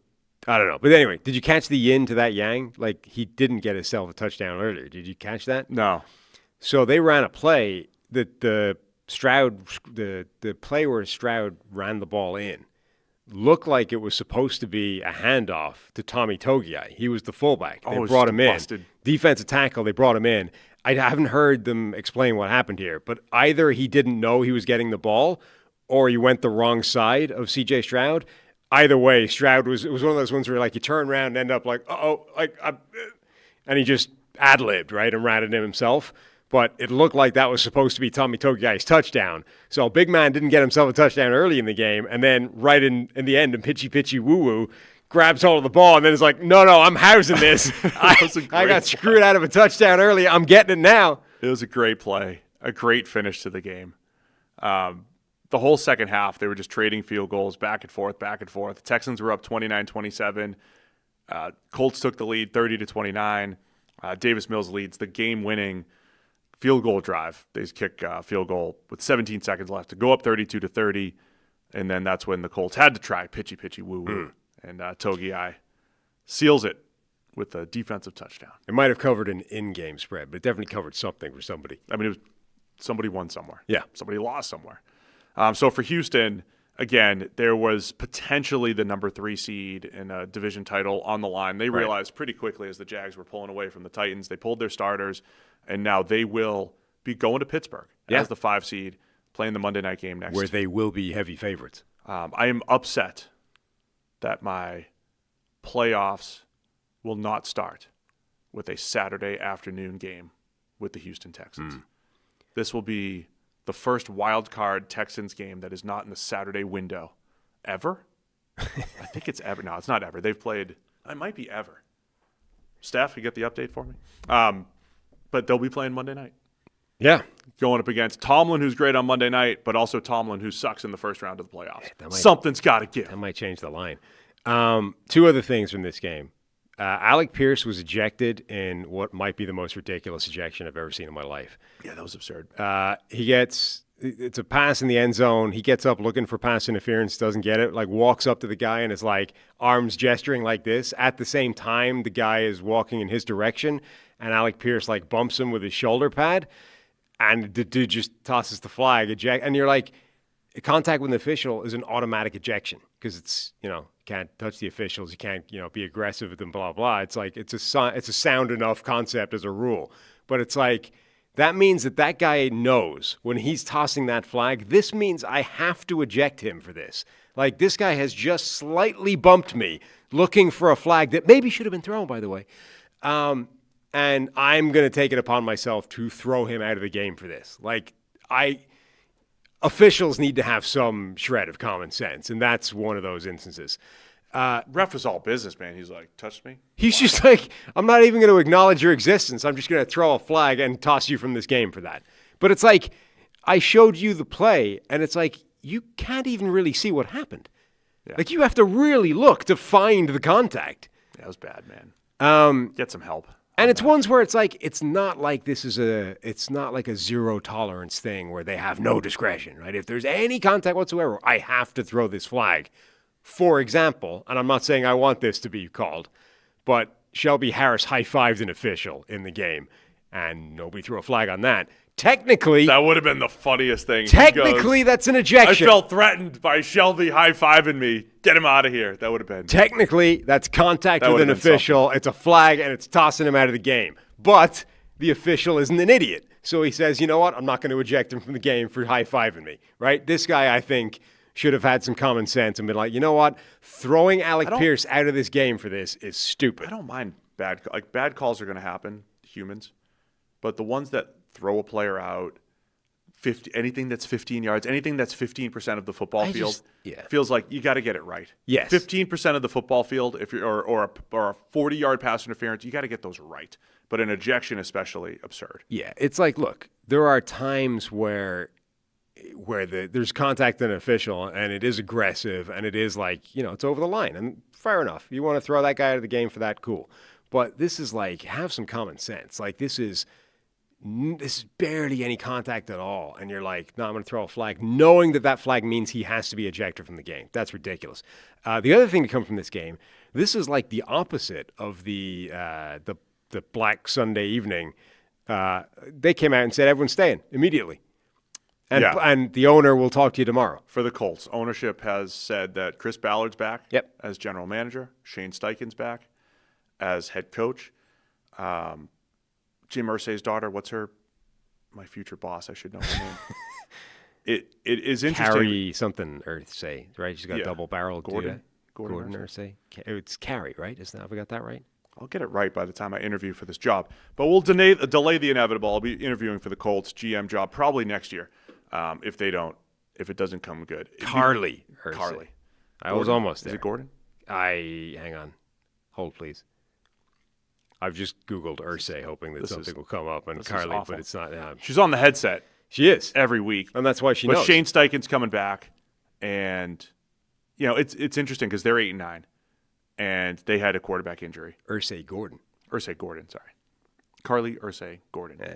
So they've announced that they're coming back. Ballard's been there quite a while. Shane Steichen will be back. I think overall Steichen's done a really good job. There's been quarterback injuries all the time. Yeah. So there's something to the continuity piece. Clearly, she didn't get advice from the search firm. Sportology did not. Maybe she couldn't find their website. If you could find, we'll get Jeff Saturday as the executive vice president, and then you get a GM under him. I mean, Saturday's already had his chair. Who's next? Oh, yeah, he's already Peyton's Saturday was only a proxy for Peyton. I mean, if they can get Peyton's the executive vice president. But Peyton doesn't need them. This is the thing, right? Yeah. Peyton's already got a media empire. Like, everyone else is signing up because they don't have a good enough job that they can say no to that free money. James is the executive vice president. Like, what's Dan Marino doing these days? Isotoner has long since pulled the glove deal from him. He's just sitting around doing nothing. Dan Marino's absolutely going in for a free job to do whatever they want. Whereas Peyton Manning is running Omaha or whatever, and he's doing the Manning cast. He's busy. Every fired general manager, like Terry Fontenot. Like, I feel for Terry Fontenot today. On the other hand, within a year, he'll be consulting for one of his friends in the league as a GM. It's a good gig going. Once I realized going forward. Yeah, once I realized the system of like guaranteed payouts, there's a certain level of job where I just don't feel sorry for anybody anymore. It's more about everyone else, right? There's an assistant quarterback coach. So once you go low enough on the totem pole, like, I feel sorry for those people because they're not getting paid that much money. I mean, it's good relative to the average or whatever, but it's still, it's not life changing necessarily. And they've got to uproot the family and all that stuff sucks. once you're above a certain level, you're like, you just got to, it's like winning the lottery. You just got millions for doing nothing. Yeah. It's the dream. Take that right now. Sportology. That's what they're doing. Anthony confirms it will be the first non-Saturday Texans playoff game. Wow. Just feels dirty. It doesn't feel, or it's the Texans' year. It's like you're not a kick off the playoffs Saturday afternoon. I feel like team. the Texans, it's like the Lions and the Cowboys and Thanksgiving. The Texans should be playing the playoffs on Saturday. Right. It's going to be all the way. It's going to be weird not seeing the Texans in that window. The Panthers and Rams filling that gap for us. Nobody wants that. All right. The other AFC South game, Jacksonville Jaguars 41-7 over the Tennessee Titans. With the win, the Jags seal the deal on the AFC South. They'll be the 3 seed hosting the Buffalo Bills. Of course, a rematch of the 1996 divisional round in Buffalo. There was another playoff game in between there with Tyrod Taylor and everything, but it doesn't matter. Jags get the win. It was an interesting one. Early, Cam Ward, nice first drive for him, 3 for 3, 52 yards, and a rushing touchdown, but he comes out injured. Brandon Allen, backup quarterback, finished the game for the Titans. It couldn't have started much better for Tennessee except the quarterback getting hurt scoring. Right. The first drive, I think Jacksonville went 3 and out and lost 18 yards in 3 plays. Like, I think the very first play from scrimmage was Jeffrey Simmons whooping somebody for a sack immediately. Then there was like a holding penalty, and then it was a hit as he threw third down, and they went backwards on 3 consecutive plays and had to kick the ball away. Then Tennessee drove down the field and scored a touchdown. Only Cam Ward gets hurt diving into the end zone, and suddenly Brandon Allen's in. And I wondered if he just if he just sort of hurt his ribs or whatever. And then they're like, no, he's questionable with a shoulder injury, which, by the way, they reported was a grade 3 AC sprain after the game. Like, that's bad. Now it's the end of the season, so he's got 9 months to recover. Right, so. But like grade 3 is the worst AC. Like, he basically popped his shoulder out doing that. Yeah, I was hoping he'd come back in because it is fun watching Cam Ward and just seeing what he can do. We talked about in the preview show the run of defenses that they've gone up against in Tennessee, by far the hardest of any team in the league, which is wild for a team that was picking number 1 overall, that's just how things fell. It goes back to like really difficult to predict defense, right? Even if you have the easier schedule or if you're playing in the AFC South, how hard could it be? Mm-hmm. You can still run up against some good defenses. Brandon Allen clearly overwhelmed at that point. Jags defense cracked down on him, and then Trevor Lawrence, man, he's just seeing the field and playing good ball, man. Hit Parker Washington on a beautiful touchdown to get the scoring going. Brenton Strange on another touchdown.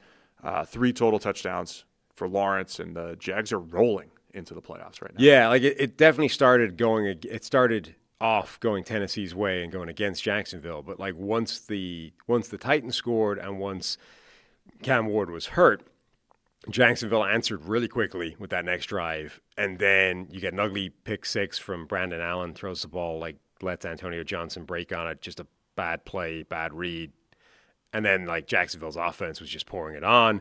Cam Little from 67 yards. Cam Little has now a 67, which by the way, my kids, they're usually in and around the TV Sunday at 1, Sunday at 4, in and around, they're in and out. Going nuts for the 67-yard field goal. I'm now only rooting for like absurd long kicks. There's 3 kickers in the NFL. Do you know why they were excited about it? Because of the stupid thing. Because of the thing. Because of the 6-7. I'm now only interested in kicks from absurd distances. Like I almost to the point where I think we should potentially abolish kicks from like under 45, 50 yards. Oh, you're only allowed to attempt a field goal if it's 50 yards or longer. I like that. But there's 3 kickers, I think, in the NFL with the kind of howitzer to hit from, like, record distances. Cam Little, obviously, is one of them. The dude's got a 70-yard field goal on his resume in preseason, so it doesn't count. Brandon Aubrey, who obviously has got this ridiculous long-distance kick. And then, honestly, I think Charlie Smith is the other one, like the Irish kicker from the Saints. You better hit your 44s, whatever he missed from. He was wide from 56. 56. You got to hit your 56s. It may have cost the Bucs a playoff spot. His missed field goal. Maybe he wanted that. The country of Ireland, Northern Ireland, has cost the Bucs a playoff spot. Yeah. How about that? All right. That's what we'll say. But I think that those 3 guys all have a 70-yard kick in them. I'm fascinated to see because the stupid thing is it's a little bit unlike any other situation where it's like you're entirely at the mercy of like every other thing and the coach deciding to give you a shot from that absurd distance. which is a really rare thing in and of itself. So it's not like, oh, he's got a 70-yard kick in him, so we'll see one of those next week. It's like, nah, you might go the entire season and never see him given that opportunity, but eventually one of those guys is going to get a swing from that kind of distance. Anyway, that's what we got to see. Cam Little, 67-yard field goal. He has a 68-yarder as well. That was just – and doing it at sea level. Like, it's not like you're in Denver, you're in a dome. There's the humidity in Florida. The ball doesn't carry as much there. It's not like doing it to the open end in Pittsburgh or anything like that. But by the way, this game, once the Titans got a certain level in front, Houston was pulling their starters, even though technically they had some to play for. Why was Trevor Lawrence still in the game, up like 31-7 late on? Into the fourth quarter, yeah. They were doing that. Some teams do that. I mean, Belichick did that till the end. Brady was very rarely taken out unless it was completely done. Yeah. I mean, Brady, of all quarterbacks, you'd be pretty comfortable leaving him to protect himself. You know what I mean? Trevor Lawrence, I might want to get him out of the game if I had the opportunity to. Trevor's lowering his head. By the way, I didn't realize that he had come out and said, like, he's not sliding ever again. He's a head-first diver. Yeah, after getting his head taken off. But I'm all in on that. I know Greg Olson's been talking about that. I am all in on no more slides for the quarterback. Go head first. The defense doesn't even try to hit you. Right. For the most part. We'll see if that changes. You're just better protected. But you're going to pick up more yards and better protected. Yeah. And also you're now not going to get the cheap shot. You might lose a 15-yard cheap shot, but you're going to stay healthier and not get concussed. But also, quarterbacks have no earthly idea where they're sliding, when they're sliding, if they slide backwards. Because it's like at the point where you started sliding, so they're almost invariably sliding basically at the wrong yardage spot anyway when it happens. You're just way better off launching yourself forward face first. You're 2 or 3 yards further with a dive. Yeah. And safer. So I think we're going to it's just easier to know where you're sliding. We'll see more and more of that as we go. So Jags are rolling. The way Lawrence has played this last 6-7 weeks, I know and people were talking the MVP case for him and where the stats have landed and everything. My problem with Lawrence is he was legitimately not playing well for 6-7 games of the season. And they had all those drops. And it's fascinating to me that in the front office in Jacksonville, they were saying something to the effect of, we can't catch a cold, and we're going to trade for Jacoby Myers, who has some of the best hands in the NFL. And it worked, right? You don't trade for a guy just because he can catch, but he has added this dependable receiver where it's now spread the ball around. And even in this game, it just showed Parker Washington, who I love, man. He's just so good. 5 for 87 for Parker Washington, 6 for 52 with Brenton Strange, 3 for 49 with Brian Thomas Jr. Like, I'm okay with Brian Thomas Jr. just being a part of this offense. But one of these games, he's going to go off again, 8 for 150. It's in there if they need it. And Jacoby Myers, another 5 for 44. The ability to spread the ball around, not have to force it, and they're actually catching the ball now.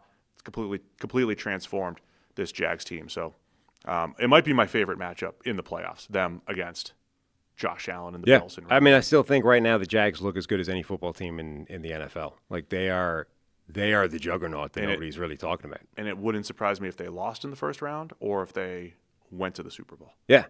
That's where I'm at. Because if it's wide open this year. Their hardest game could be Buffalo. Yeah. It could be Buffalo. But equally, they could go out there and hammer Buffalo by like 20 points. It wouldn't shock me. Also, they look dominant right now. Like, they could easily go out there and just bury Buffalo, and it wouldn't at all shock me. That's your Sunday 1 p.m. game. Sunday, 1 p.m. Jags hosting the Bills. Anything else on this one? Nope. All right, let's go Vikings and Packers. Okay. I flipped some of the games you'll see it. It's fine. What was the final? 16-3. Vikings get the win. And they moved to 9-8. They do. Crazy season. They're 9-8. The Packers 9-7-1. So it's not as clean as the Falcons where you say, hey, if we had beaten the Jets or if we won lot, but you might be going back and looking at one game here, one game there, saying we could have been the 7 seed. And so Minnesota finishes really strong. Defense, unbelievable again. Yeah, it's Clayton Tune, third-string quarterback for the Packers, but the Packers couldn't get anything going. How many plays did they run? 50. 8 more than the Niners, but 50 plays for just 121 net yards. 50 yards at an average gain of 2.4. Yeah. With a net, like they had -7 net passing yards. My favorite play in this game, though, was Emmanuel Wilson with a -18-yard run. And it wasn't because of a fumble. It wasn't one of those, there's a fumble and we're giving you the yard. It was 8, and he just ran backwards. And it was like, I'll just, gain some ground. And he just kept going worse and worse. And you're -18. And I know most fantasy leagues are over, but if somebody had him in fantasy, they're just sitting there pulling their hair out as he goes -18. That would be rough. But, yeah. Vikings. Yeah. I mean, Packers. It turns out.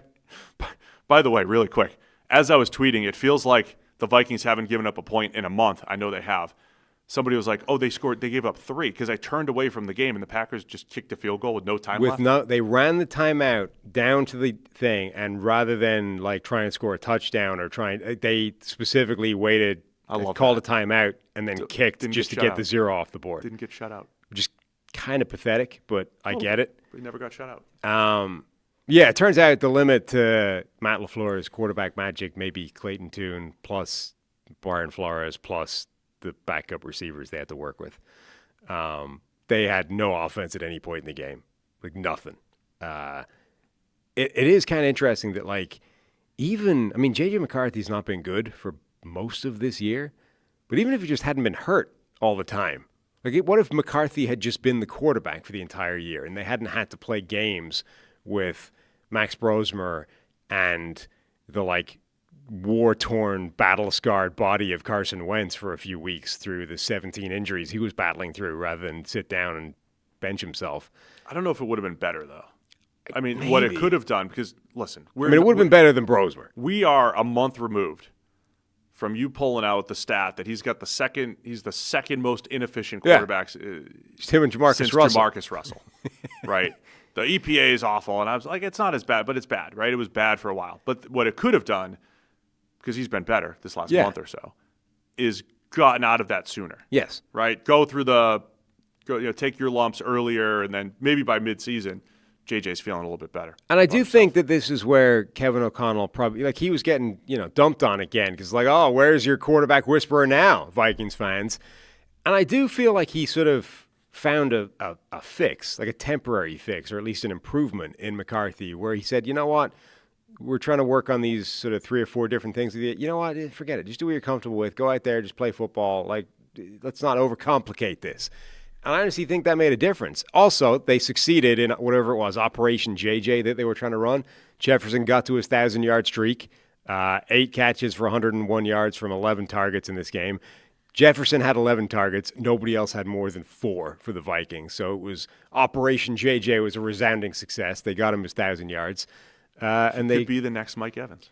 He could be the next. So three wide receivers in NFL history. He becomes the third to have 6 straight 1,000-yard seasons to begin their career. Randy Moss, Mike Evans, and now Justin Jefferson. I know you and I are just a couple haters, and it's 1 a.m, but the bad part about that stat is it's like the worst stat to use to tell someone how good Randy Moss was. Right. It's like, he had 1,000 yards every year for 6 years. Or It's like that's the worst stat to explain. If you were explaining, son, let me tell you how good Randy Moss was. He had 1,000 yards every year for 6 straight years. It's the last thing you would pull out. And honestly, Justin Jefferson is in a similar boat. Like Justin Jefferson has been so good. The last thing I care about is 1,000-yard, streaks, season streaks, which again is like me poo-pooing on the fact that Mike Evans, that's the thing that Mike Evans, hangs his hat on. Because Mike Evans is also better than that, but it's also like the thing that it's just such a meaningless number now. It doesn't. It's just irrelevant. It's just a not the time. streak. It's not the time nor the place. Just we need the fans. If all of our listeners could just I want to put a pin in a lot of these. They're not even rants. They're just topics. I just want to put a pin in a lot of these topics. We'll come back off season. We'll say 20 minutes talk Mike Evans. 20 minutes talk about whatever the Colts ownership situation and Miss Gordon Ursay Gordon calling plays on the sideline or whatever she's doing. We'll take 20 minutes for all these topics, so we'll do it later. At one point in the game, I think the Vikings had 300 more yards on offense than the Packers did. I think they ended with 240 or something. there was also another point. I said my favorite moment of the game to you was one of the notes I wrote down. J.J. McCarthy managed to do 3 separately stupid things in the space of about 4 seconds, which is really quite impressive. He took off scrambling, stiff-armed a guy. That was good. Then decided, I'm going to lower my shoulder into Keyshawn Nixon down the sideline rather than just step out of bounds and not be hit. So, and this is a guy who's been hurt a lot this season and got hurt in this game and decides Jackson Dart style, I'm going to lower the boom here.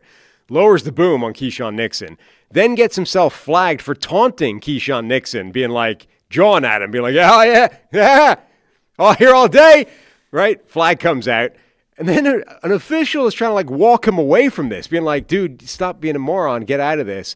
And he like chucks the official off him, right? And we've just mentioned more contact on this than there was with Alec Pierce getting himself tossed from the game. I'm like, you almost got yourself tossed from the game as the quarterback for the official trying to stop you from getting flagged for taunting a guy for hitting when you should have just walked out of bounds and not been hit in the first place.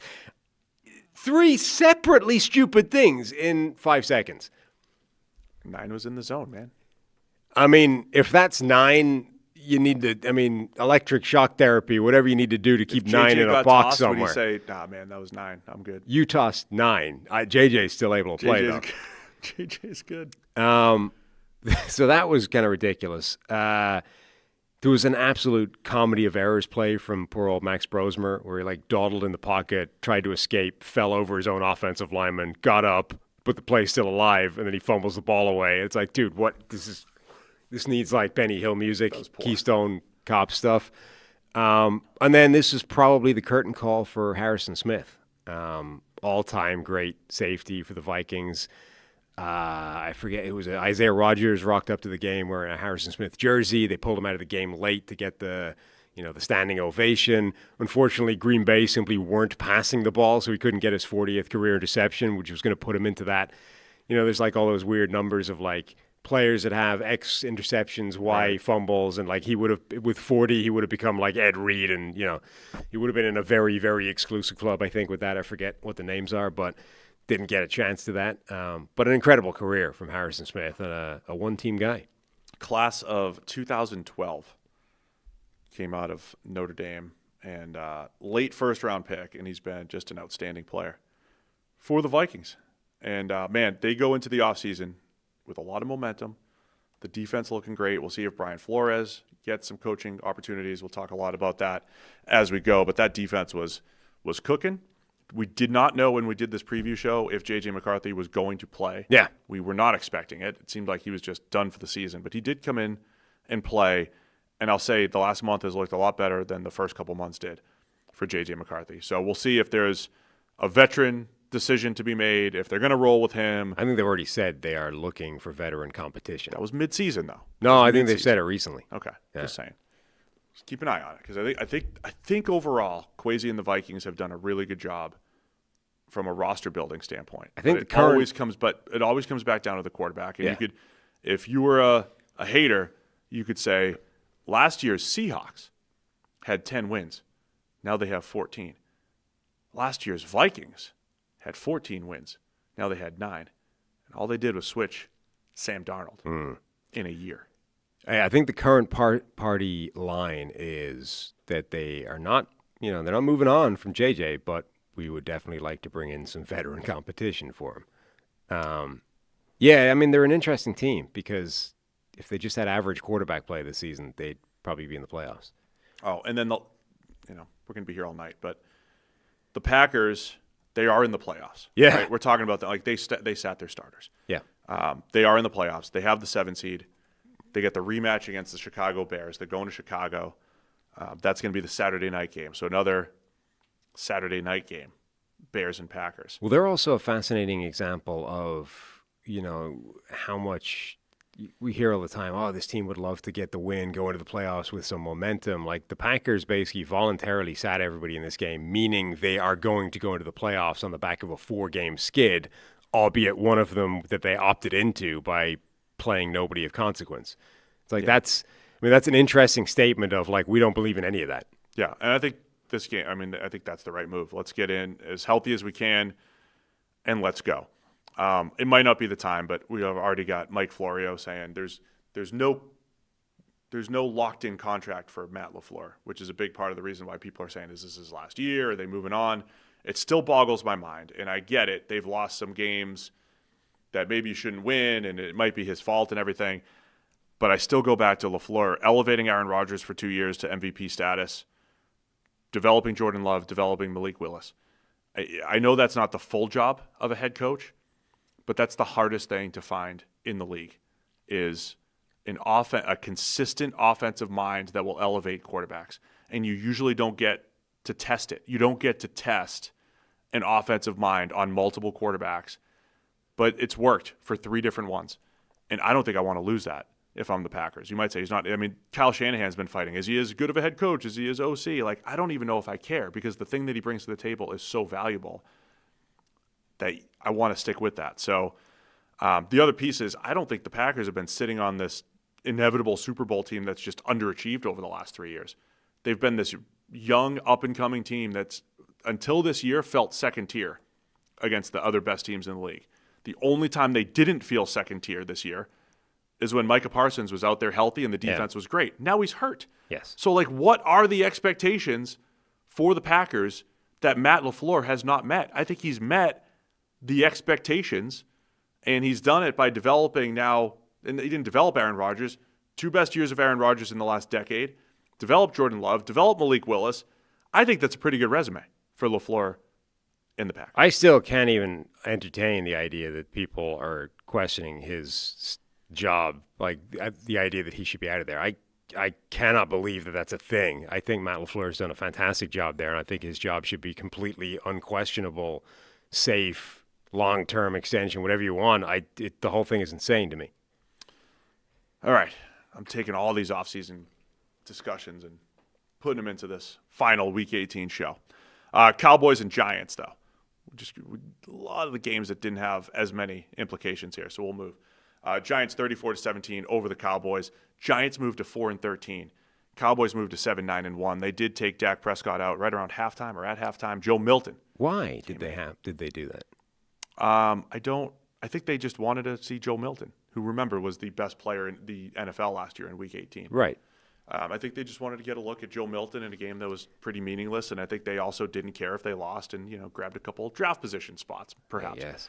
The Giants, though, they did not know that the Raiders were going to win in the 4 o'clock window, but there was always the chance that they were going to. So because the Giants have won the last 2 weeks against the Raiders in this game, the Giants will not be picking number 1 overall, but they would have been had they lost this game and then the Raiders won. Yeah, so in the 4 o'clock window. Last week, had they lost, they would have been locked in to the number 1 overall pick. This week, if they'd lost, they would have found their way to the number 1. Would they have been the 1, or would the Jets have been 1 at that point? Oh, were the Giants immediately out and the Jets? Possibly. Anyway. I'm sorry, yeah. They would have had a chance going into this week. They still had a chance at the number 1 overall pick. And instead, based off those 2 wins, they end up picking 5. That's a hell of an expensive draft capital-wise drop down the order off the back of 2 wins that don't mean anything. So there are now 4 teams at 3-14. Raiders, Jets, Cardinals, and Titans. That'll be the order at the top. Giants picking 5, as you just said, at 4-13. Jackson Dart, though, looked good again. And, the same thing we said about Tyler Shuck. When you break down the season and you look at all of the positive vibes I think the Giants should have for Jackson Dart and the Saints should have for Tyler Shuck, it's who you're throwing to and the little shovel pass to Daniel Bellinger, which Bellinger does a lot of the work, but it's again Dart's really good. As is the Cowboys defense. It's the Cowboys defense, but it's the creativity of Dart, playing outside of structure, his ability to run, the little shovel pass to Bellinger turns it into a long touchdown. Gunnar Olszewski is the top receiver this week, 8 for 102. I mean, Jackson Dart, it's the Cowboys defense. Mm-hmm. But Dart's had a really nice season, and I think there's a lot to build on for the Giants as long as he stays healthy. Yeah, I mean, they're getting a lot of players back with players that have already shown good things. I mean, remember, Scattaboo was fun until he got hurt. He's been out for that entire time. Tyrone Tracy had a really good game here. Their top receiver has been out for so much of the season. They're missing so many of their top players, and they're still able to do some good things, albeit against the Cowboys defense. I think there's a lot of reasons for optimism for the Giants. It's just unfortunate from their perspective that for the second year in a row, they've like won their way out of a really, really good draft pick and into just a very good one. For the Cowboys, we've got Jaden Blue sighting for the first time, really, this season. He actually was a significant part of the offense here, made some plays. They also broke out Turpentine.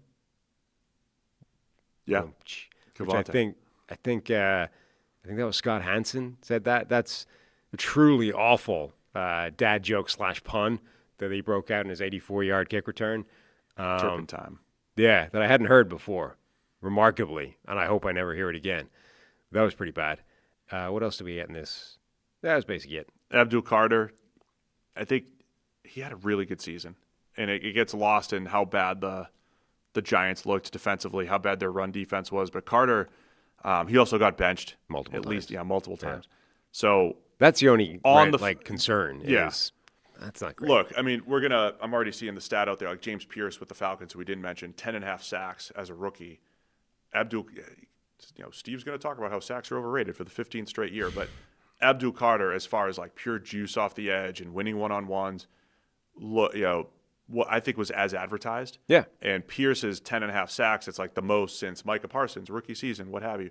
Pierce was not as dominant or as effective as a guy like Abdul Carter. So I think there's definitely something to build on there as long as you keep his head on straight and he's not missing meetings and getting benched and everything. So a couple flash plays in there again today. Joe Milton came in and it was beautiful. I mean, he was firing passes at the defense right to them. He was throwing balls 3 yards into the stands. Some big passes in there it's wonderful watching that guy throw the football. It's a sight to behold. Abdul Carter, I think, still ended up leading the NFL in quick pressures according to NGS. So you're backing me up here. There you go. So 15 straight years of Steve saying, look at that stat rather than like James Pierce today. Well, James Pierce did not. Right. Pierce, he's fine. Like he had a really nice rookie season. I don't know if it fully justifies the trade up to get him or anything like that, but I like James Pierce as a player and everything. Abdul Carter looks like he's going to be special and has that 15-sack season in him at some point. I mean, ironically, if James Pierce had the multiple suspensions for like missing meetings and stuff, you would be currently terrified as to that draft pick. Like we gave up all this capital for a guy with all these red flags, and we've already had to punish him twice. Meanwhile, James Pierce, by all accounts, has had a completely, kept his nose clean, has just been productive and good. Abdul Carter has been better on the field, but has had multiple games this year where he's been benched for really basic, like goofing off stuff. Anything else on this game? No. Speaking of sack records.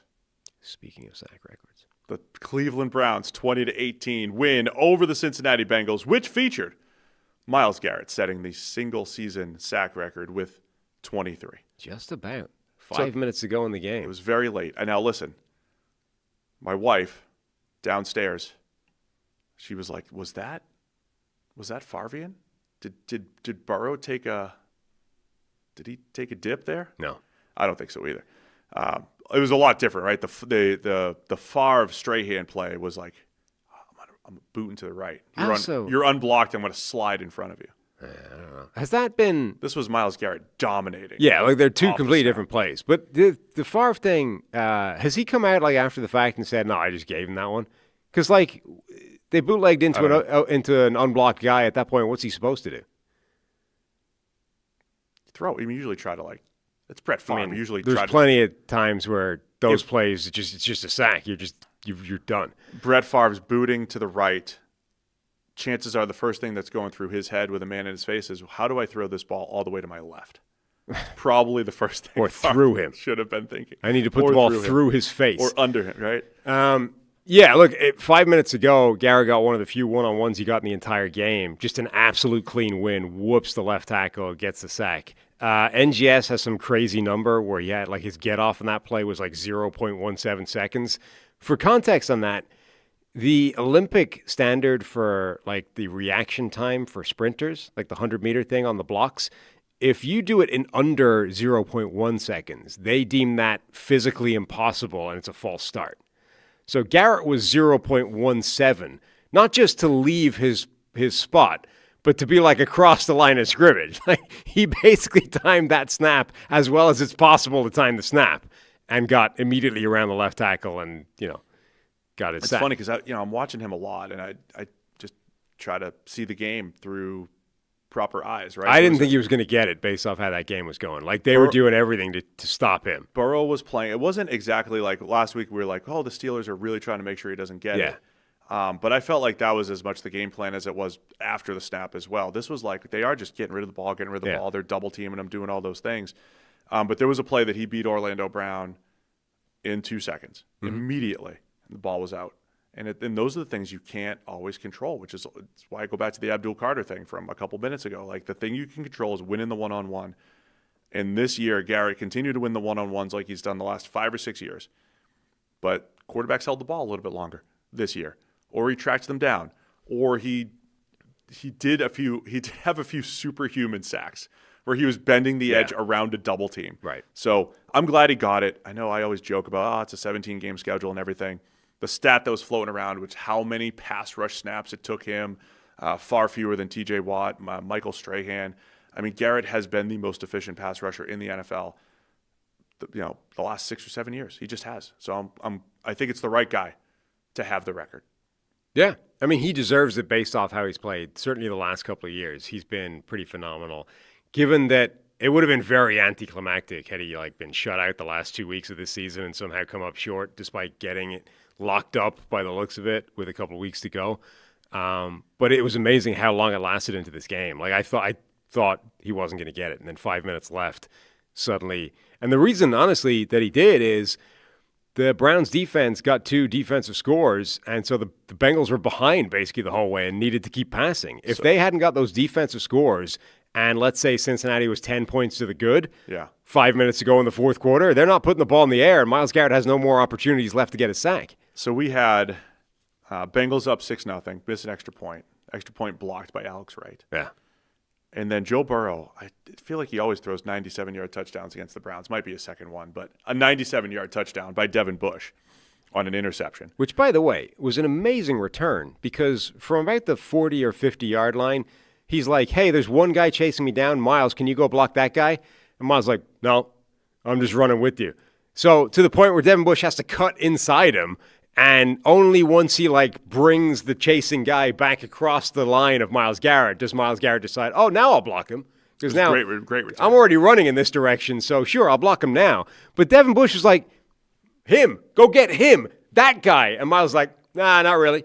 And I didn't go back and check this, but it looks like they flagged Devin Bush, I think for taunting. For a minute, it looked like he was waving bye-bye. Right, but he's actually him, go get him. I think they flagged him for taunting because he was trying to get Myles Garrett to go block the one guy that could stop him scoring a touchdown on the play. I don't know, A, if that's true, or B, if they took the flag away once they realized that's what was happening. But I'm pretty sure that's what was taking place on that play, which is kind of crazy. And then the second Browns touchdown, a Noah Fant fumble. Yeah. Which was, by the way, the third time this year Noah Fant has had a fumble return for a touchdown. Really? 3. Did he have both against Minnesota? That's got to suck. 3. Right. That was the Isaiah Rodgers game. Rodgers game. The perfect game. Felt like ages ago.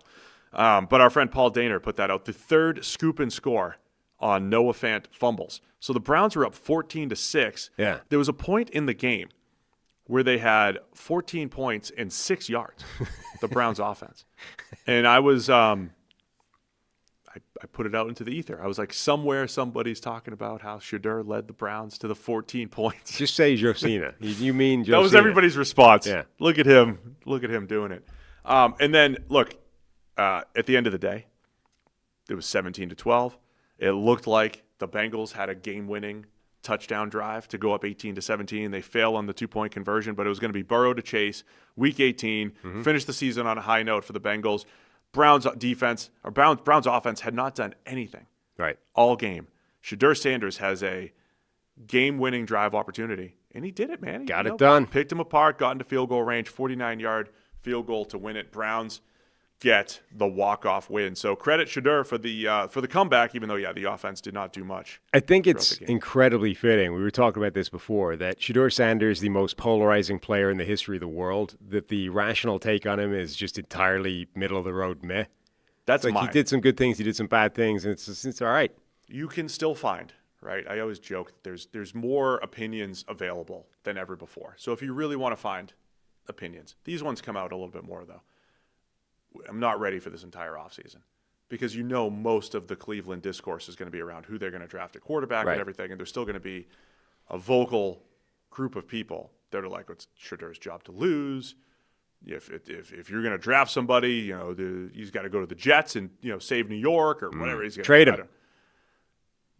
I don't even have. I think he looked better than Dylan Gabriel. Yes, and then that's funny. Basically my only take. And then season. all of the advanced metrics, QBR and passer rating and EPA, like everything has him and Dylan Gabriel in a similar spot. And Flacco, it was just a bad offense this year. Everything was bad offensively, and I didn't love everything about Shedur's play. But I think I liked it a little bit more than I expected. Yeah, I think he looked okay. I think my only take is I think he looked better than Dylan Gabriel, and I would now say that he's won the backup job.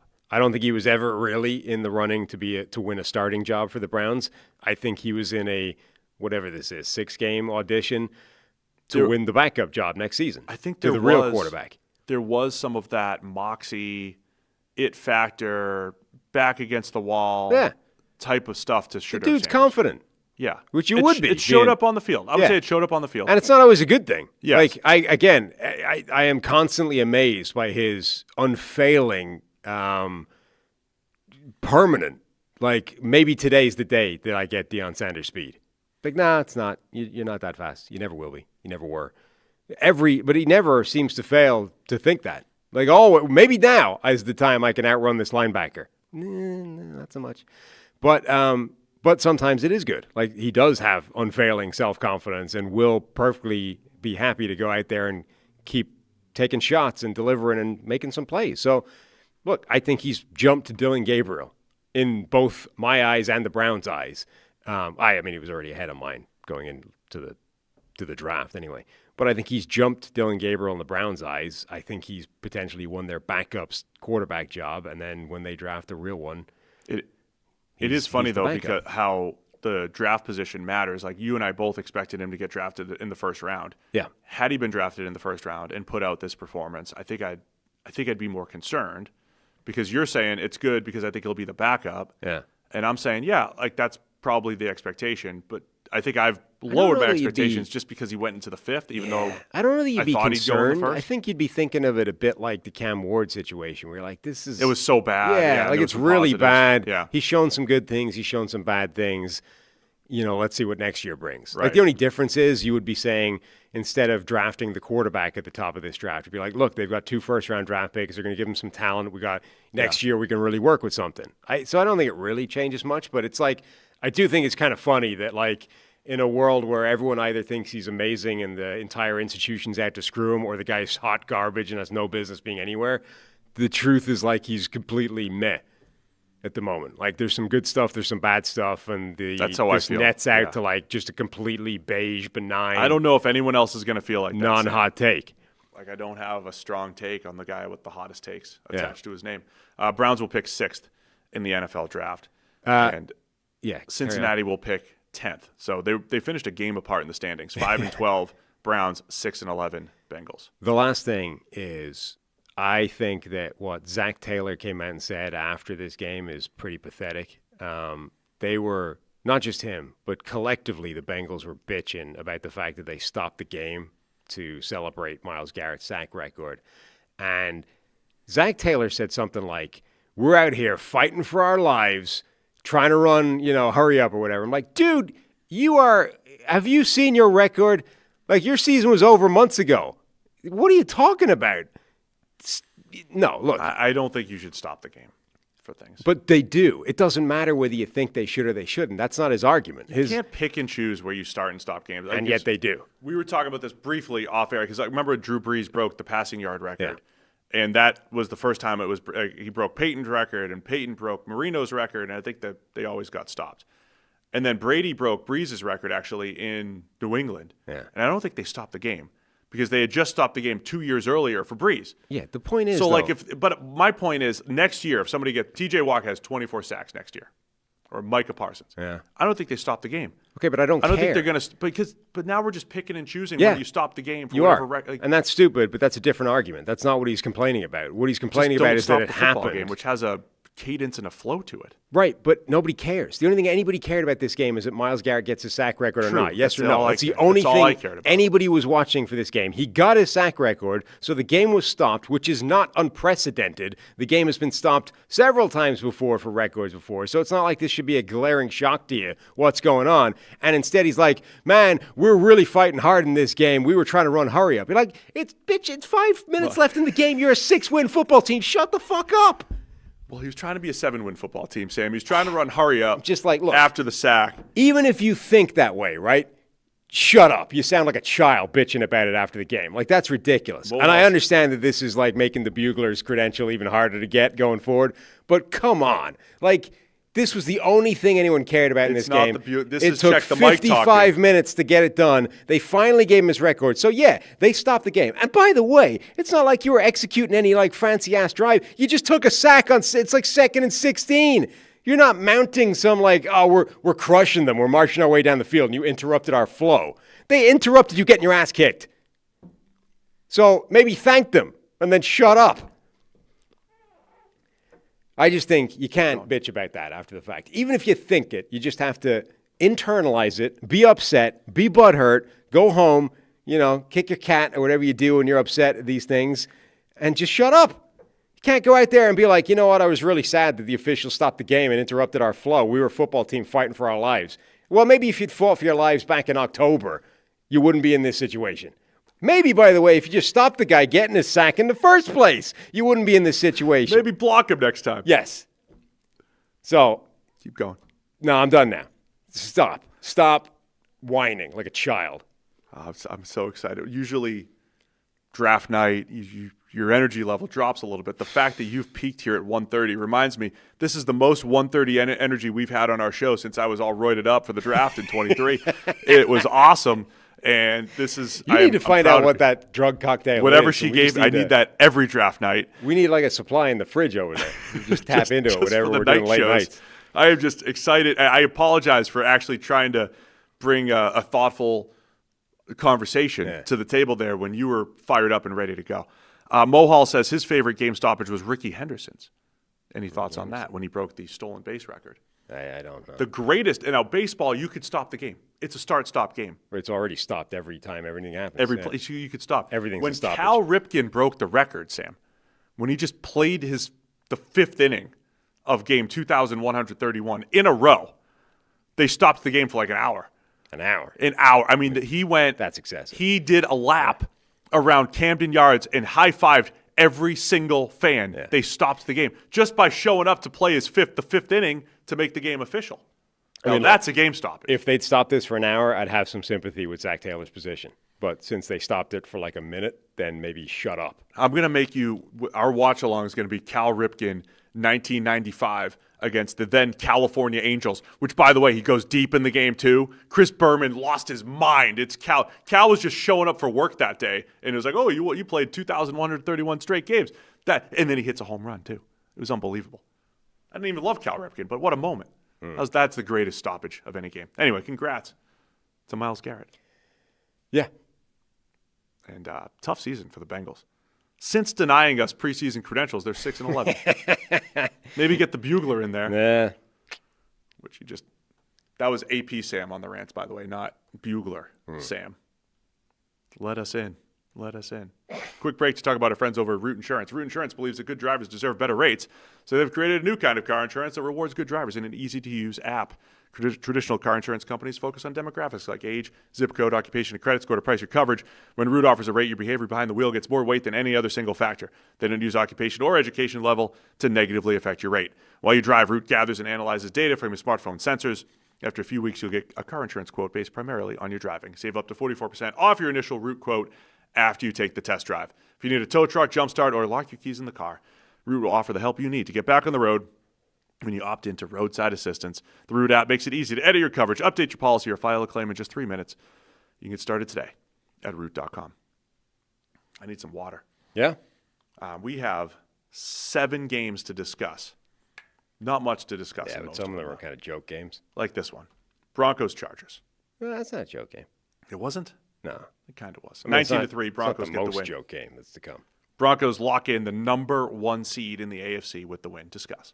Yeah, I mean, I say it's not a joke game. I do not have a lot of notes for this game. Denver's run game was working well early, but then you get this is the thing. Like Trey Lance, not getting an awful lot done on offense, not to be expected to necessarily, given that the Chargers already had some problems on offense, and Herbert was the only good thing they had going for them. Herbert's not playing, obviously, because they're resting people, so Trey Lance is in there. But then, the guy drops a pass for a pick six. Like, come on. Like, it's already a struggle. This happens, I'm sure, every single year. But, I noticed it a lot this season, where it's like guys are in problematic quarterback situations, and, the guys that should be helping them out are not. Whether it's the Vikings receivers, Jordan Addison, Justin Jefferson not catching passes. Michael Pittman dropped a third down one this week where it's Riley Leonard's struggling back there. Maybe catch a third down and keep a drive alive for him. Sure-handed Michael Pittman. It's the Texans defense. Yeah, and it's and then you get Keandre Lambert-Smith here, hesitates on a crossing route, so he's already putting him in conflict of is he stopping, is he keeping going? He gets the ball to it, then he drops it and it ends up being a pick six. You're like, come on. Trey Lance is already having problems here, Don't make it worse by putting 6 points on the board for the opposition. Yeah, so that was the only touchdown in the game, by the way. Jaquan McMillan with the pick six. Denver put up a field goal on their best drive, 15 plays, 81 yards, kind of hit a lull after that. They got up 10-0, and then it was just a slog of field goals. And then an almost Trey Harris catch. Dude, that was it was the catch of the year right up until the point the ground knocked it out. But it was he caught that, and they were touchdown. I'm like, are you out of your mind? There's no way he came anywhere near scoring that as a touchdown. The funniest thing and then they show the replay, and it's no, he legitimately is a yard and a half out of the end zone, and both feet are somehow he's just gone limp, and the feet are dragging as he's launching himself out of the end zone. The call, that's unbelievable. The call on that was great because Nance and Romo were it's incomplete. And they both said incomplete or something at the same time. It was just so obvious that it was incomplete. Even though I was like, wait, his feet are in when I watched it. I thought he may have dragged and he was in. And then as they're saying it's incomplete, the official's the ruling on the field's a touchdown. Yeah. And they're like, what? Touchdown. And then he reviewed it, hit the ground. But it looked awesome for a minute. And, it was awesome up until, again, the ground knocked it out. Trey Harris, again, an interesting player. I don't know if he has an impact this year. In playoff time here, but I think he can. He's made a few more plays this last 4 to 6 weeks here. I think he could have an impact here for the Chargers when Herbert's back out there. So they chose to rest everybody, even though seeding was on the line. Chargers will go to New England as the 7 seed next Sunday night. Yeah, and again, the Broncos they earn the bye with the win. I did think at this watching this game, the way that. Who's the last couple of college quarterbacks that have been converted to tight ends and stuff? I'm there has to be a position Trey Lance can play in the NFL. It's Felipe just not Franks, quarterback. Taysom Hill, Logan Thomas. Logan Thomas is the one I'm thinking of. But it's there has to be a position Trey Lance can play in the NFL. It's just not quarterback. It's he is so good of an athlete. Every time he takes off running or every time a guy thinks he's got him wrapped up for a sack and he just runs out of it, this dude is so good of an athlete. He just and he's got a cannon for a trick play every now and again. He just can't play quarterback. I should have pulled out the stats because it was Trey Lance against Bo Nix. They probably met back in. No, there may have never been a battle of more. A disparity of experience, a college experience between two quarterbacks, between Bo Nix and Trey Lance. Trey Lance had 319 dropbacks. Trey Lance probably still hasn't had as many passing attempts in his entire football career. Right. I did it with Nix Anthony Richardson. Right, Richardson, college plus NFL had half as many dropbacks as Bo Nix's career, or whatever it was at the time that game happened. The problem with Trey Lance is he would need 5 NFL starting seasons to get up to Bo Nix's level of reps. If he would ever indeed get better. You'll never have a chance to find out if Trey Lance could actually develop. Right. He's in the middle of Bo Nix's sophomore year of reps. He needs 3 more years worth of starting experience to even know if he's going to be viable or not. See, we had something to talk about with this game. Yeah, but it's like, but again, when you see him play, it's like he's such a special athlete. Can we not get him doing something? But there's something intriguing about the skill set and everything. But it just feels like sailing passes. Yeah, left and right again, this, yeah. I don't think he can play quarterback in the NFL. Again, even if he could in 3 years' time worth of starting, you're not going to give him 3 years worth of starting. So what's the point? Right. But it feels like he's such a good athlete. There must be something he can do. Like, can we not? Can he run routes? Can he carry? Like, can we give him some handoff? Like Taysom Hill, the guy. Can we do something with him? I don't know if he's a future Hall of Famer like Taysom Hill, but few are. Few. Many are called. Few can answer. I was thinking as I was watching that game, if Taysom Hill really was a future Hall of Famer, maybe he'd touch the ball a few more times. They were feeding him up until he got hurt. Yeah, but even more than that, maybe. Anyway, Broncos #1 seed. Yeah, and their defense looked great. Having said that, it was against Trey Lance and the Chargers backups. So the AFC goes through Denver. Mile high. I don't have too many. I don't have too many takeaways on this one. I still think Denver's offense. I think they're capable. They're capable of going either way, right? They're capable of putting points on the board. We've seen them do it in big games where they need to. They're capable of going through lulls. My concern is the lulls. The weaknesses show up in the playoffs, and if the lull shows up, it's harder to dig out of it in the fourth quarter in a playoff setting than it is against the Giants. Yeah, or whatever in the regular season. This was kind of my point at the time where you were claiming they could win in any kind of shootout. And I'm like, I'm not entirely sure that's true. I think it was good for them to at least get the feel back of the defense being shut down, even if it was because they played Trey Lance. I think it's kind of important for this defense to at least feel good about itself going into the playoffs when they might need to be really, really good for this team to win those games. And then the #1 seed is huge for anybody who gets it. #1 because you don't have to play next week, and then #2 because you get that home field advantage. And Denver's home field advantage is, potentially significant. This was, by the way, also a really nice uniform game. Oh my gosh! You got the Eagles, Kelly Green. You've got the Jags, the Broncos, and the Texans looking like they stole an Arena Leagues team uniform this week. Disparity is awful. The Bills looked slick. This was a really, really good week of uniform combinations, and then the Texans. The Bills are the only team where I'm not like they need to go back to that, but it was like it touch of nostalgia with the red helmets. I feel like kind of everything the Bills have is pretty solid. Yeah, they're fine.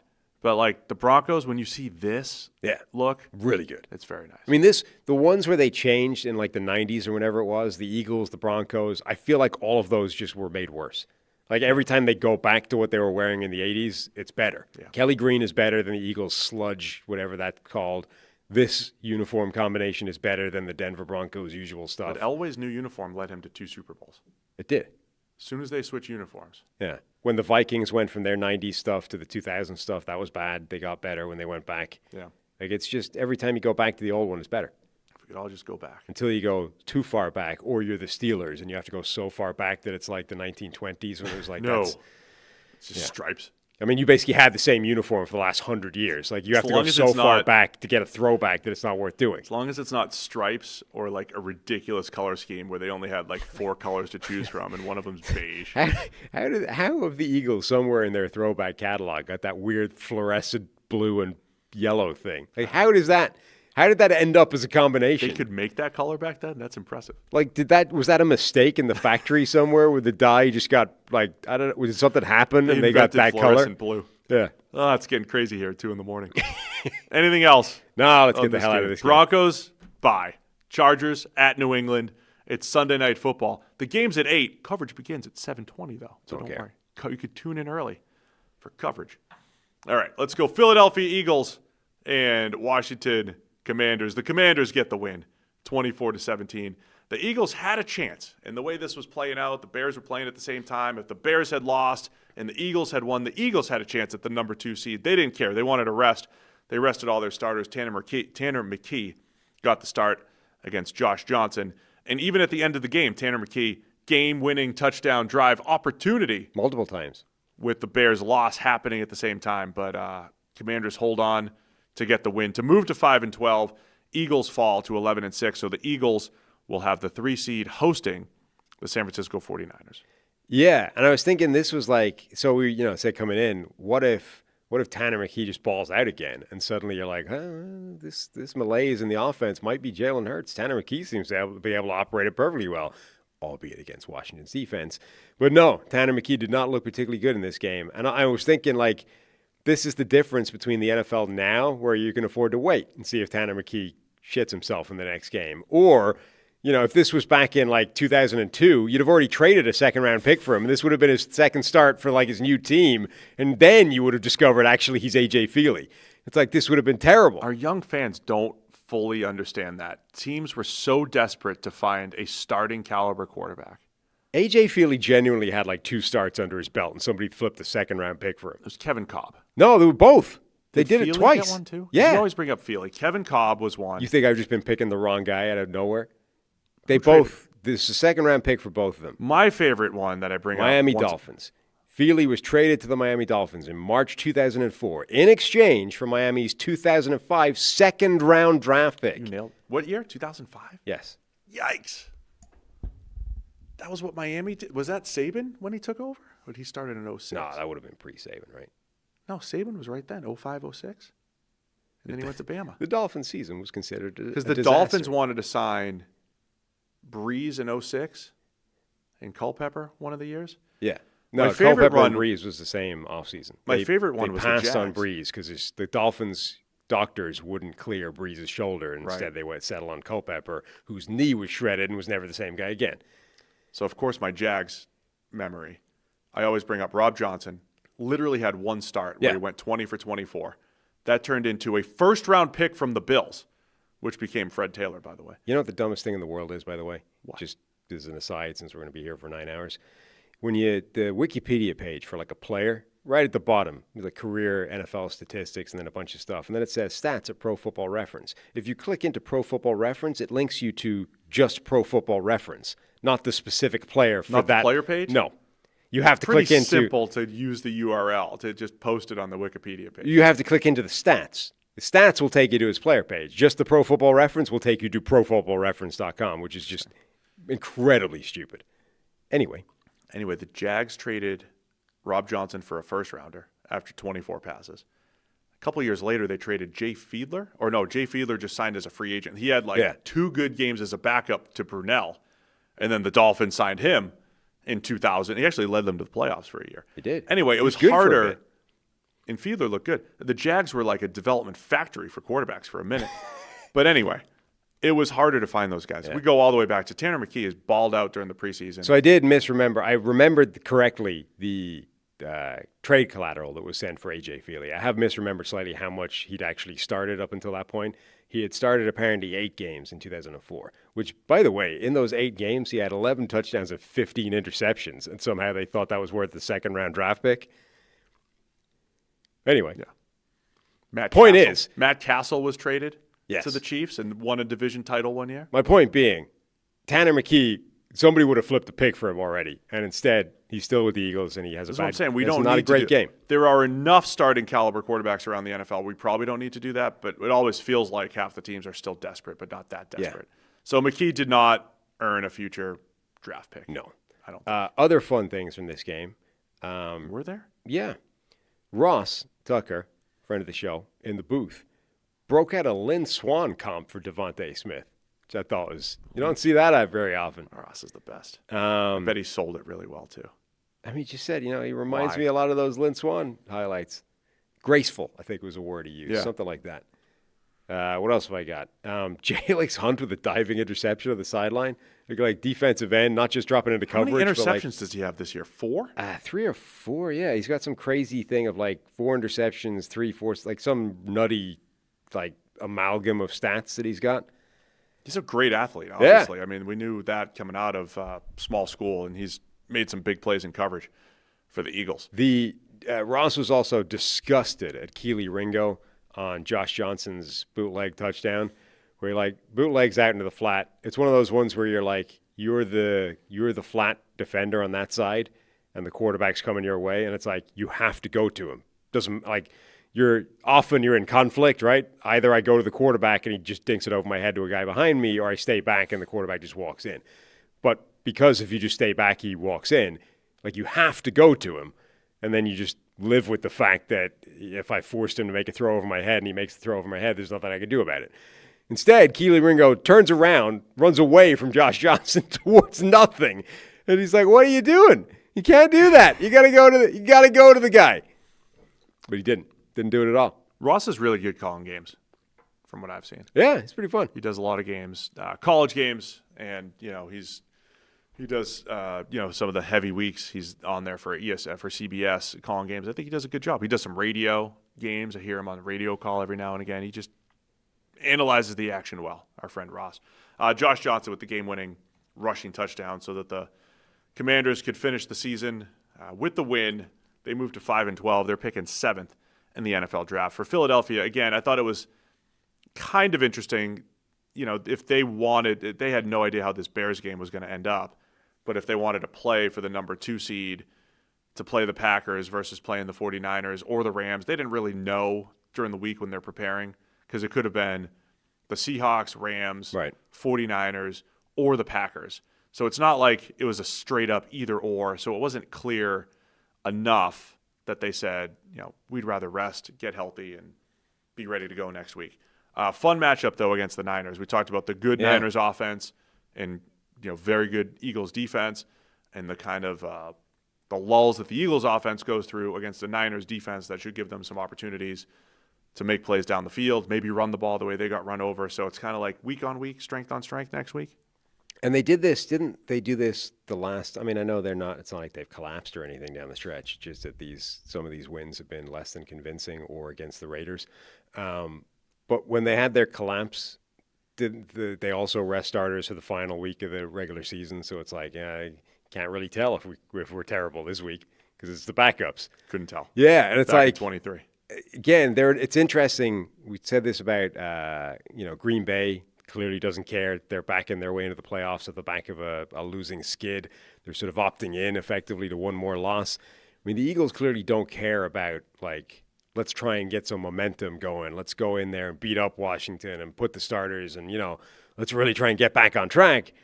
They're like, no, we don't care. We're happy to go in there off the back of a relatively weird back end of the season. I'll bring it up again on the preview show. But in 2023, when the Eagles collapsed, these two teams met, and it looked like a battle of the best two teams in the NFC at the time. It was the game of the week 11, 12, whatever it was. I think the Eagles were 10-1, and they got absolutely smoked by San Francisco. And at the time, we were like, wow, the one-loss Eagles, the Niners owned them. Shanahan's got something on this defense, because the defense hadn't collapsed yet. But this either triggered it, right, or it started it. Either way, this was the first game in that run. Now, that was not Vic Fangio's defense, but it was interesting at the time where it's Shanahan solved this really good Eagles defense that just went to the Super Bowl last year and then started the season 10-1. Then the rest of the collapse happened, and we knew that the defense was awful beyond that. But just stood out to me that the Niners, when this matchup thing, the Niners did a really nice job in that game. The last time these two teams were really good, they'll play in the playoffs, and it's Shanahan against Fangio. The only other thing I have is that Josh Johnson, who's been backup quarterback for 58 football teams, is somehow not on the backup quarterback commercials. I think that's a failing and needs to be rectified. I understand he has his own commercial for something wireless, but there's literally a commercial series for backup quarterbacks, and he is the most backup quarterback in football. He's the king. He's the backup quarterback king. So he should be on a commercial, is what I'm saying. I agree. Let's go Chicago Bears, Detroit Lions. Lions get the win, 19-16. They go with they get a winning record here. Dan Campbell keeps his winning record streak or something. 3 straight years? 4 straight years? Lions finish at 9-8. Bears fall to 11-6. But because the Eagles lost, the Bears still get the number 2 seed. Was touch and go for a minute there. Yep. Bears will host the Packers Saturday night. Fun game in the fourth quarter because the Lions were up 16-0, and then the Bears started doing their magic. Touchdown, 2-point conversion. Touchdown, 2-point conversion. It's 16-16. The Bears were going to do this, man. That place was electric again. But Lions kicked the game-winning field goal. It's incredible how close this game ended up being when, by almost any measure, Detroit was comfortably the better football team in it. They had 10 more first downs. They had 150 more yards.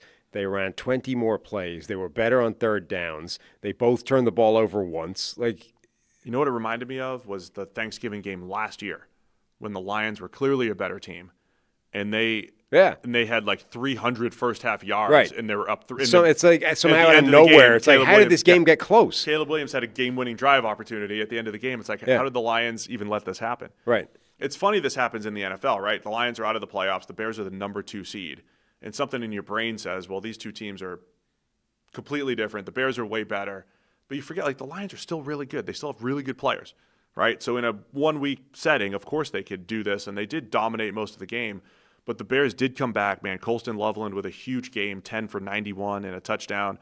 And Caleb Williams always seems to be in these fourth quarter, got-to-have-it situations. Came good on a couple drives and then, just couldn't finish it. And, give the ball back to the Lions, and they get the game-winning field goal drive. And the couple of drives thing is the key. I mean, that's the answer to the question is the red zone, right? Like Detroit, 1, 2, 3, 4 drives were the result of like 3 of the 4 scores were field goals, which meant that all the Bears needed to do in order to match them is to score 2 drives, 2 touchdowns, and 2 two-point conversions. Suddenly you've matched their total with just 2 drives, half the number of drives.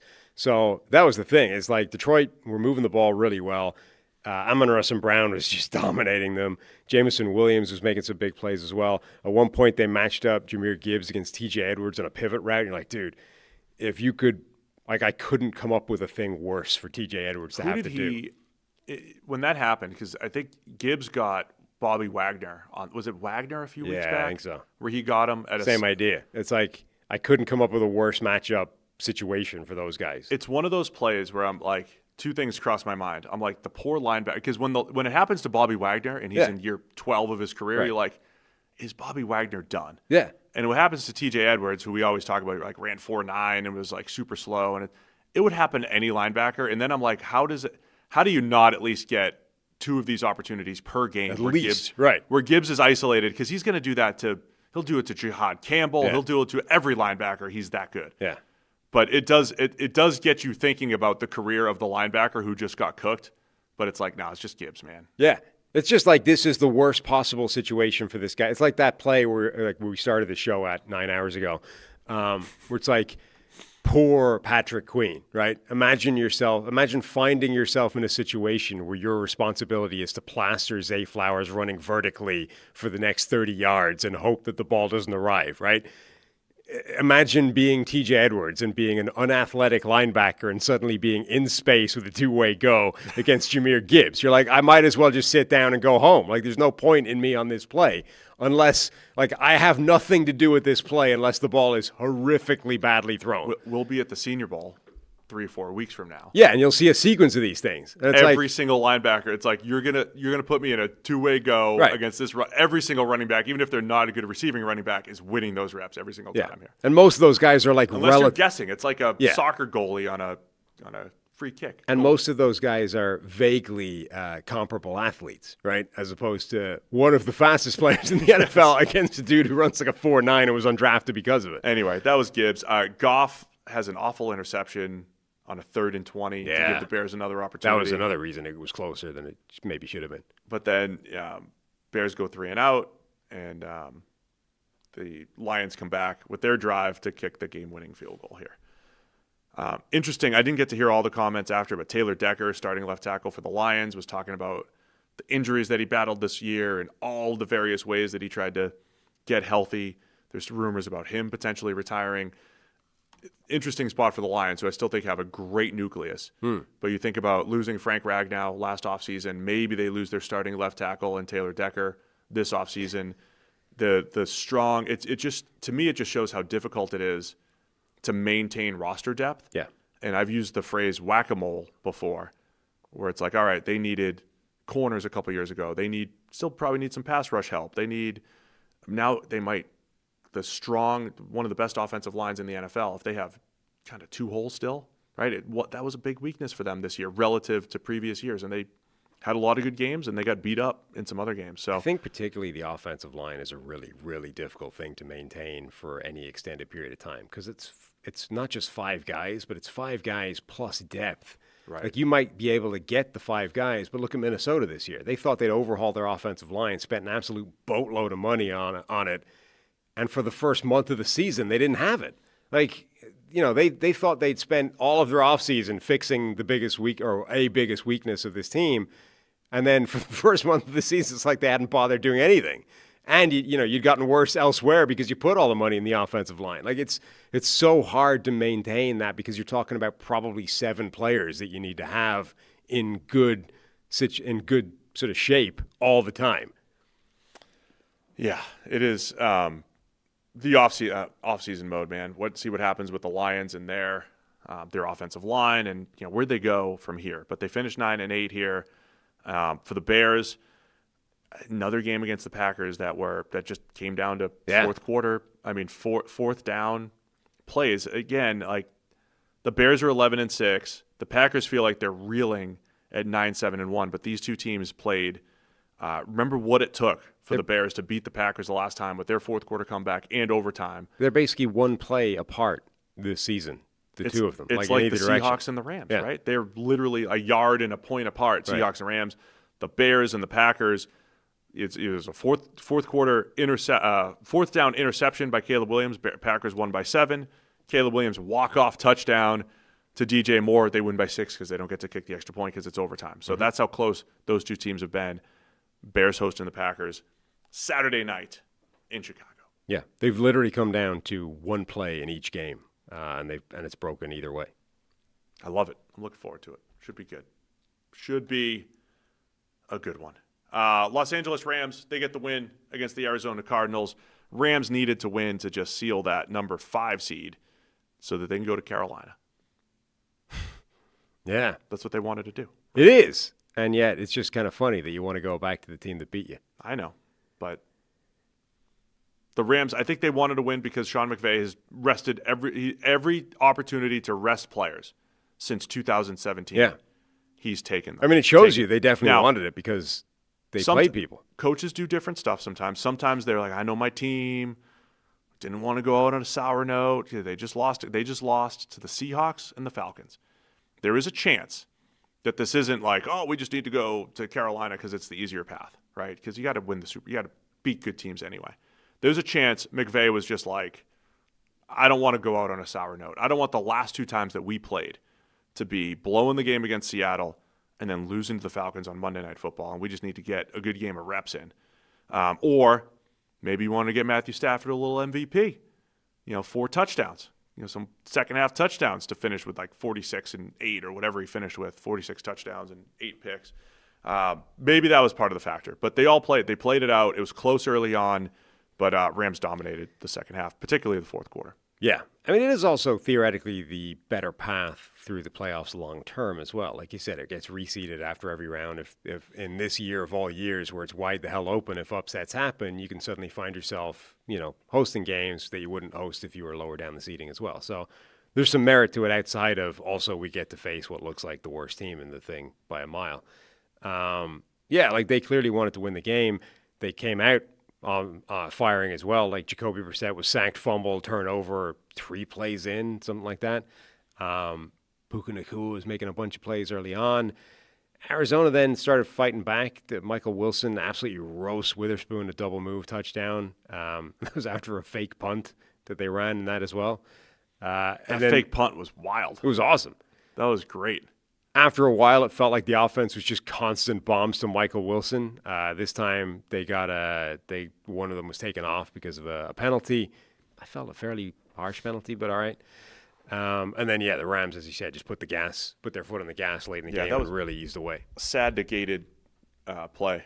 Like, technically it's correct, but it's like he didn't drill the guy. He just got in his way again. You're telling me he can't. It was the blindside block. Yeah.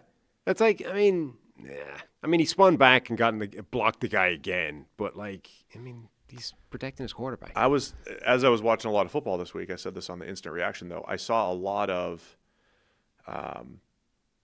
blindside block opportunities where players did a great job just getting in the way because you're allowed to make contact. You just don't want to pop them, right? I do think that's the best safety addition that football's made that makes the most sense. It affects the game not one bit whether you decleat the guy or just stand in his way. Doesn't affect the game whatsoever. What? Nothing.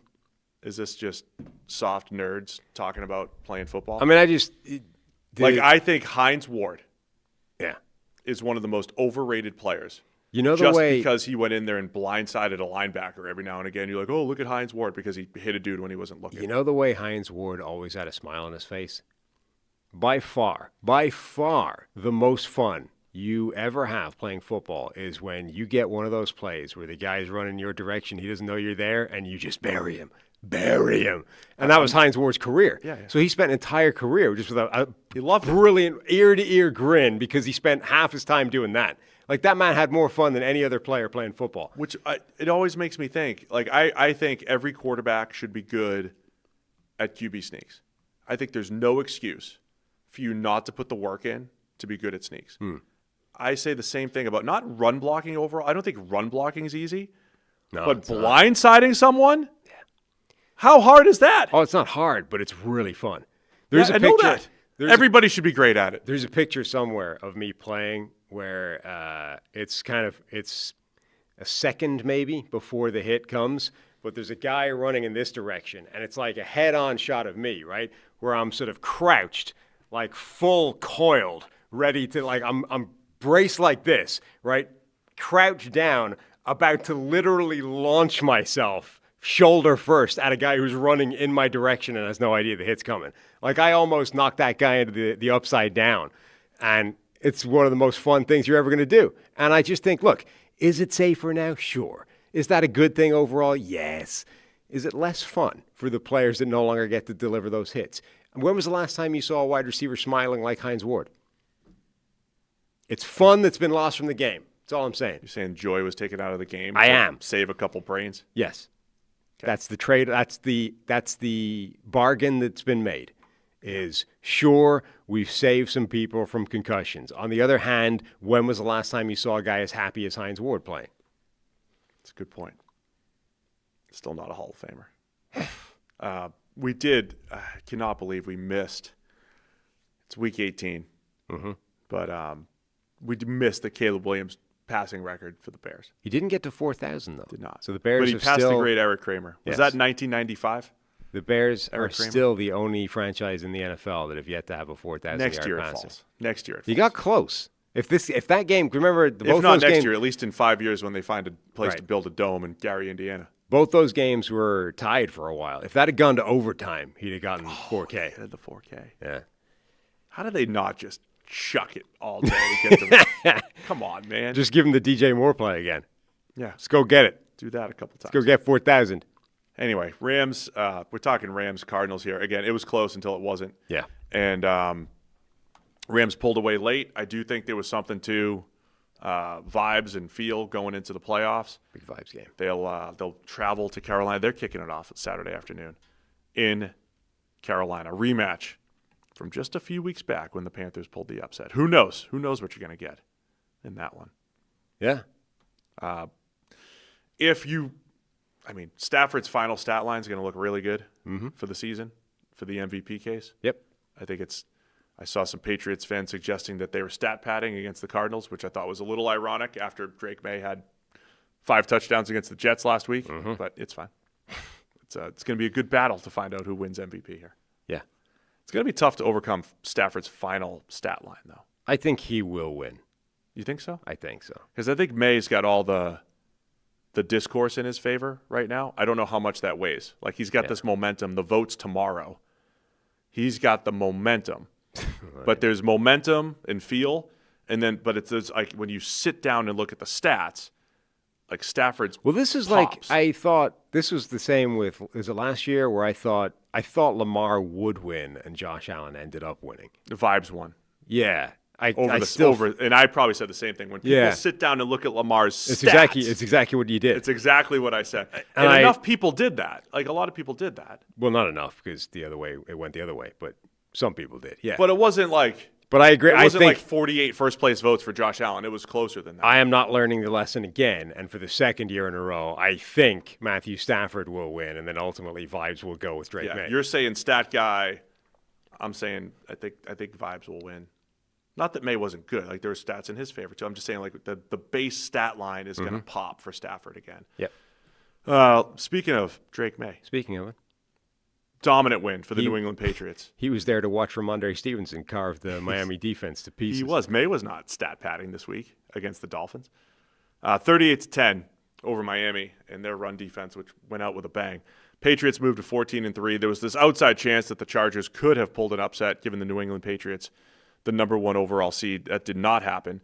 Dolphins fall to 7-10 on the season. We'll see if they call me for an interview for their GM job. See if me and Aikman get together, talk it out. Yeah, you and Troy. We should. After all I've said negatively about, let me tell them what the analytics say. They'll kick me out of the room. Dude, he would. Could you imagine? Ramondre Stevenson, 131 yards on just 7 carries, 2 touchdowns. Also had one through the air as well. Drake May's 1 passing touchdown. Travion Henderson had 2 touchdowns on the ground, and New England dominated the game. It did. No Devon Achane in this game, who's been basically the only thing worth watching for Miami for a lot of the season, so that kind of put a real dent in what was going to happen. The Miami run defense was like embarrassingly bad. I mean, right from the start, they're just coughing up giant plays, gaping gaps, guys missing tackles, like utterly pathetic run defense. And again, for a personnel group that should not be that bad, but it was repeatedly, and New England just absolutely stomped them on the ground. Again, I actually thought Quinn Ewers did some nice things. He did. You know, they, at one point, they were like 4th and 1. They went play action. Ewers put it in the back of the end zone under pressure. Cedric Wilson can't quite come down with it. You know, turnover on downs. But, like, that could have been a touchdown based off what Quinn Ewers did on it. So, you know, they had some plays here or there. But ultimately, like, you're not going to overcome a defense that's giving up 243 yards on the ground. A couple developments for New England that were important, too. Will Campbell returned. Yep. And Henry Milton. Wow. Throwback. Milton Williams. Yeah, Milton Williams. Both returned, which was good. They both played.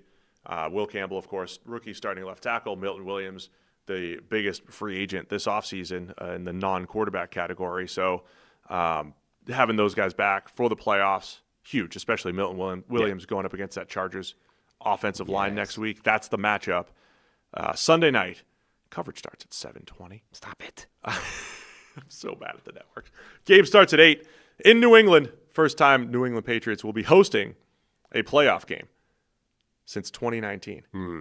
It's a long, barren time. The last time they hosted a playoff game without Tom Brady at quarterback would have to be 1998. With the 8, they were on the road. It's just like you hear those, you know, those long stretches of things where like 38 years of hurt, you know, the Patriots, it's like 38 months of hurt. It was a rough couple of years for New England. Rough couple of years. When was the last time they hosted? They may have hosted a playoff game in 97. Let me see. Without looking it up, I'm going to say 97. They played like a little fog bowl against the Steelers. I'll say. We've got 2 terrible football games to get rid of, and then we can go home and go to sleep. Oh, yeah, you're done. You peaked at the... I expended 60% of my energy ranting about Zach Taylor being a child. You gave great anecdotes about Hines Ward, and you're done. Yeah, pretty much. Which is fair. Yeah. Patriots Chargers. Looking forward to that game next week as well. Nothing else on this? No, really nothing. I mean, Miami's run defense a joke. That was it. End of story. Where do you think if I was to interview for the Dolphins GM job? Yeah. Do you think Aikman's going to just hire? I think you should ESPN take one. people, if that happens, like Lou Riddick and Dano. If that happens, I think you should take one for the team, and you should spend the interview trying to explain to Troy what the analytics actually says, so that when he goes back to his real job and talks to people on the air, he has an idea of what he's talking about. Bite the bullet and just teach him. Yeah, it's like, look, for the broadcast. Let's be honest, I'm not getting this job. So if I achieve nothing else in the next 4 hours, I am going to explain to you why the numbers say go for it in this situation. So that when it comes up again, you and your goofy friend don't just go, the analytics says go. You actually know what you're talking about, you know? So got you to wake up a little bit there. That's good. Yeah, it's rage baiting. That's what you're doing. Las Vegas Raiders 14, Kansas City Chiefs 12. Pete Carroll was fired up. We have a walk-off. Speaking of rage baiting. Field goal win. Aiden O'Connell leading the game-winning drive here for the Raiders. It looked like Shane Buechele was going to be the hero, despite being sacked 5 times. 8 times Chiefs quarterbacks including got sacked a safety here against the Raiders, including a safety. Which ends up, But Shane Buechele with a 51-yard dime to Marquise Brown. Yeah. Thought that might be the game-winning drive for the Chiefs. They were up 20-11 in this one. But no, the Raiders come right back and send Pete Carroll off maybe forever. How far did they move the ball to get that 60-yard field goal attempt? Let's see. The safety ends up being the difference in the game in a 12-14 game. It was also a safety where it's like he never even saw the guy running off the edge to bury him. It was like a classic backup quarterback safety as well. They went from the 32 to the Kansas City 42. Oh, there you go. The Chiefs did at least do a little bit of what we've been asking them to do for the last few weeks, which is, look, Brashad Smith, was by far the biggest factor in the game, on the run game, rather, in the backfield. Jalen Royals sightings, the man exists, is alive, apparently. So they at least started to show some of the youth. But, dude, 4 quarterbacks played in this game. Kenny Pickett, Aiden O'Connell, Chris Oladokun, and Shane Buechele. That's some week 18 ugliness right there. Chris Oladokun, you remember one of the things I think that is like the most Peyton Manning thing ever, right? Number one, it's like everything about him was sort of robotic, and every stat curve, he's exactly in the middle where he should be. The other thing, though, is I don't know if I've ever seen anybody better throughout their entire careers at the second the play starts to break down, knowing exactly where his check down is, and immediately just throwing the ball to him. I don't think Chris Oladokun could find his check down with a map and a compass. There are plays where it's like the dude's out there on the left open the whole way, and it's like the play breaks down, he just starts running in a circle and falling over. He had one of the coolest negated plays, though, too. He had a little hook shot flip. I mean, the only plays that are good, you're like, oh, it's Mahomesy, right? Yeah. It's but there's every zero play is that, there's zero within structure. He's trying to do that on every play where Peyton Manning would just turn and throw to the open running back over there, right? There was one play where they sort of, you see the play, the running back's out in the flat, something breaks down, and he starts to dither and then fumbles the ball away. He's right there, just waiting for you to look over and throw him the football. What do you? I thought you were going to say because Peyton Manning also took all the reps. So when his poor backups went, he's not Jim Sorgi either. And I also wonder, maybe they're just never giving anybody.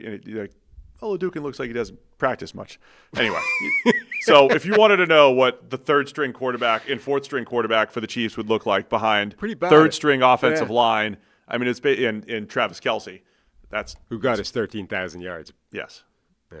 And dude was he was as frustrated as the first half of the Super Bowl in this one. Yeah, I'm sure. I bet the game plan was to get him 15 catches, and he got 3. Seriously. I think they were all right, this could be it for Travis. Let's just run a bunch of stick routes to him. And I mean, dude, if you wanted to all the time about you don't get to really write your retirement script, and very, very few people are John Elway, where you get to walk out holding the Lombardi trophy at the end of your repeat Super Bowl. Most people, it doesn't go the way you wanted it to. And then if you're unlucky, because it didn't go the way you wanted it to, you come back for another year and try and set it right, and it goes even worse than the last year. Travis Kelce probably wanted to walk away winning a Super Bowl at the end of last year. Instead, they get absolutely shellacked in the big game by the Eagles, so he comes back for this year, and this year's just a catastrophe start to finish. And now he has to probably slink off, having just cleared 13,000 yards and, having been catching passes from Chris Oladokun and Shane Buechele. It's just kind of a sad way of going out, really. It was. So maybe it drives him to come back, perhaps. The Raiders already had the number 1 pick locked up going into this game, which is why they could be excited about the win. Pete Carroll was pretty fired up. We'll see what happens with him. Tomorrow, the Chiefs, with the loss, have lost now 6 straight overall, 6-11. Ties them with the New Orleans Saints and Cincinnati Bengals record-wise, and they'll have the 9th overall pick in the first round. Of course, when you have ties in record, the picks will flip across the rounds. We have this interesting scenario where the Raiders pick first in the first round, but 4th in the second round because there's 4 teams at 3 and 14. So it's going to be really confusing, the draft order this year. Credit Dane Brugler for he keeps track of all that stuff. Mm-hmm. And don't worry, because now Tom Brady is going to take a firm hand of the organization and really set on the right track. I need to talk to Tom because I've got some ideas. I can help him too.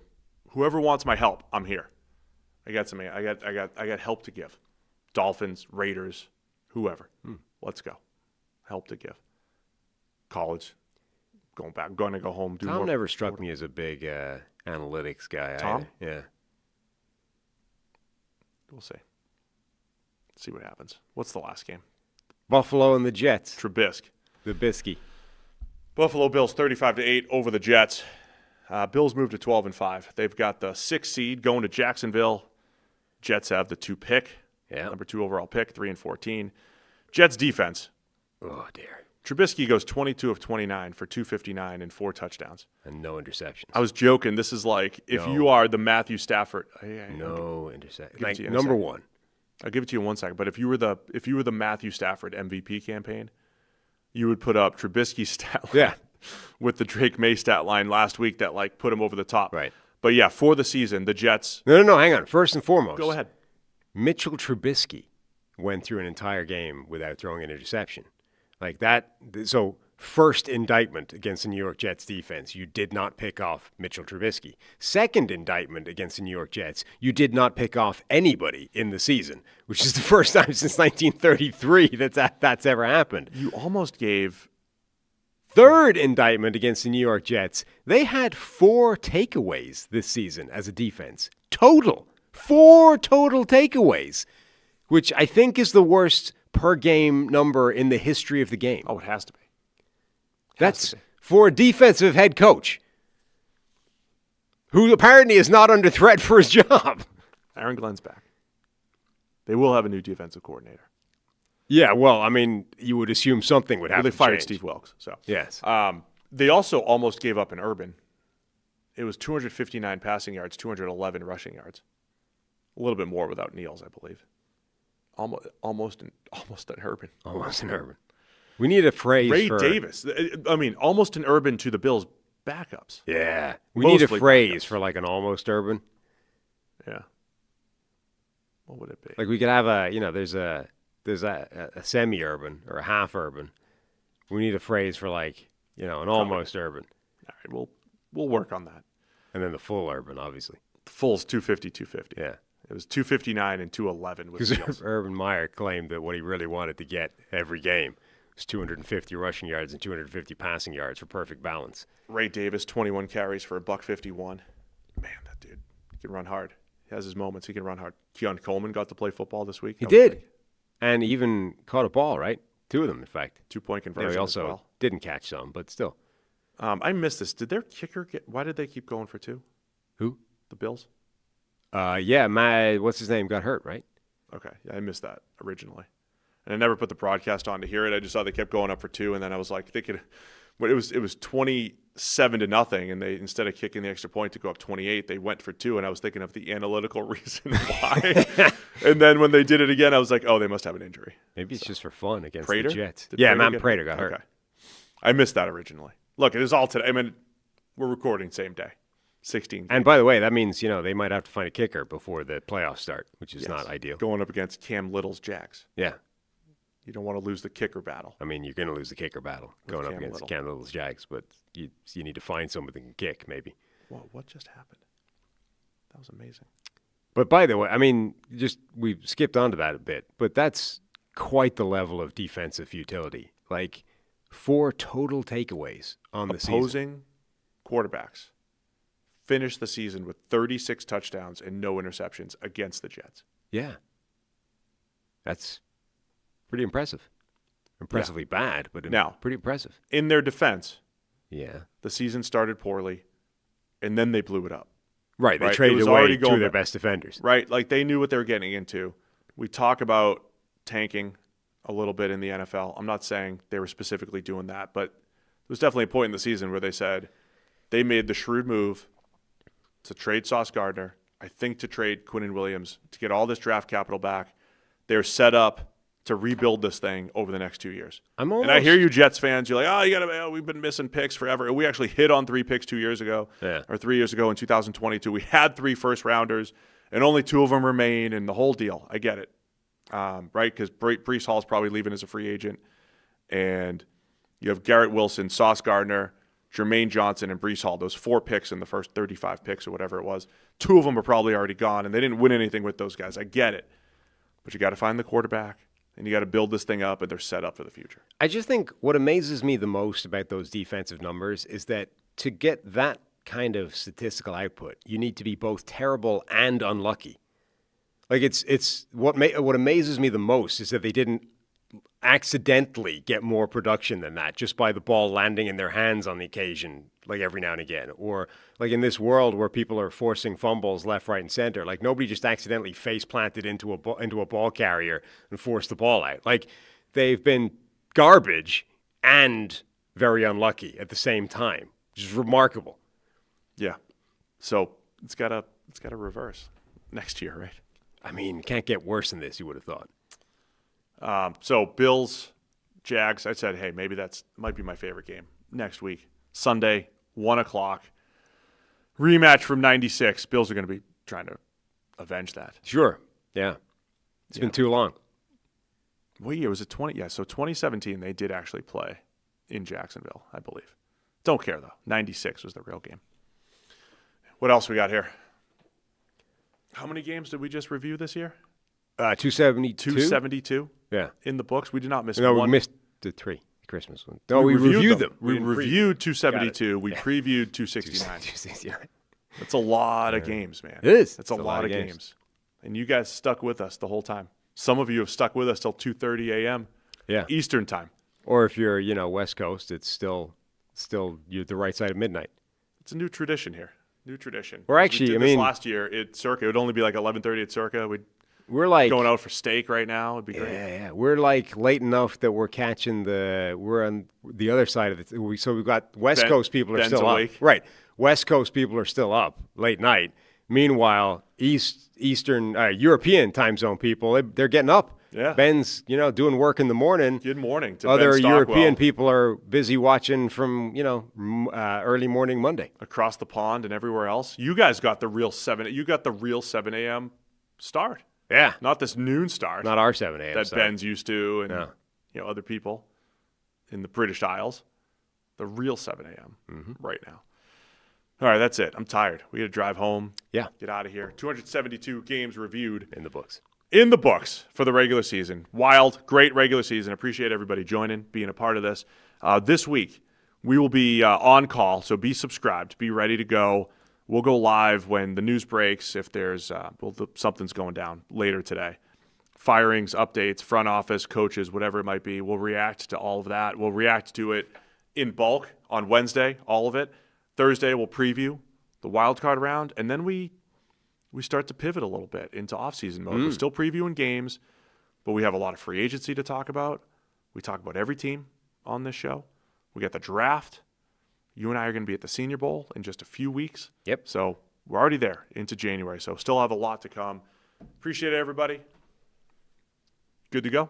Yeah, let's get the hell out of here. Thanks for tuning in. We'll see you again Wednesday. More Check the Mic.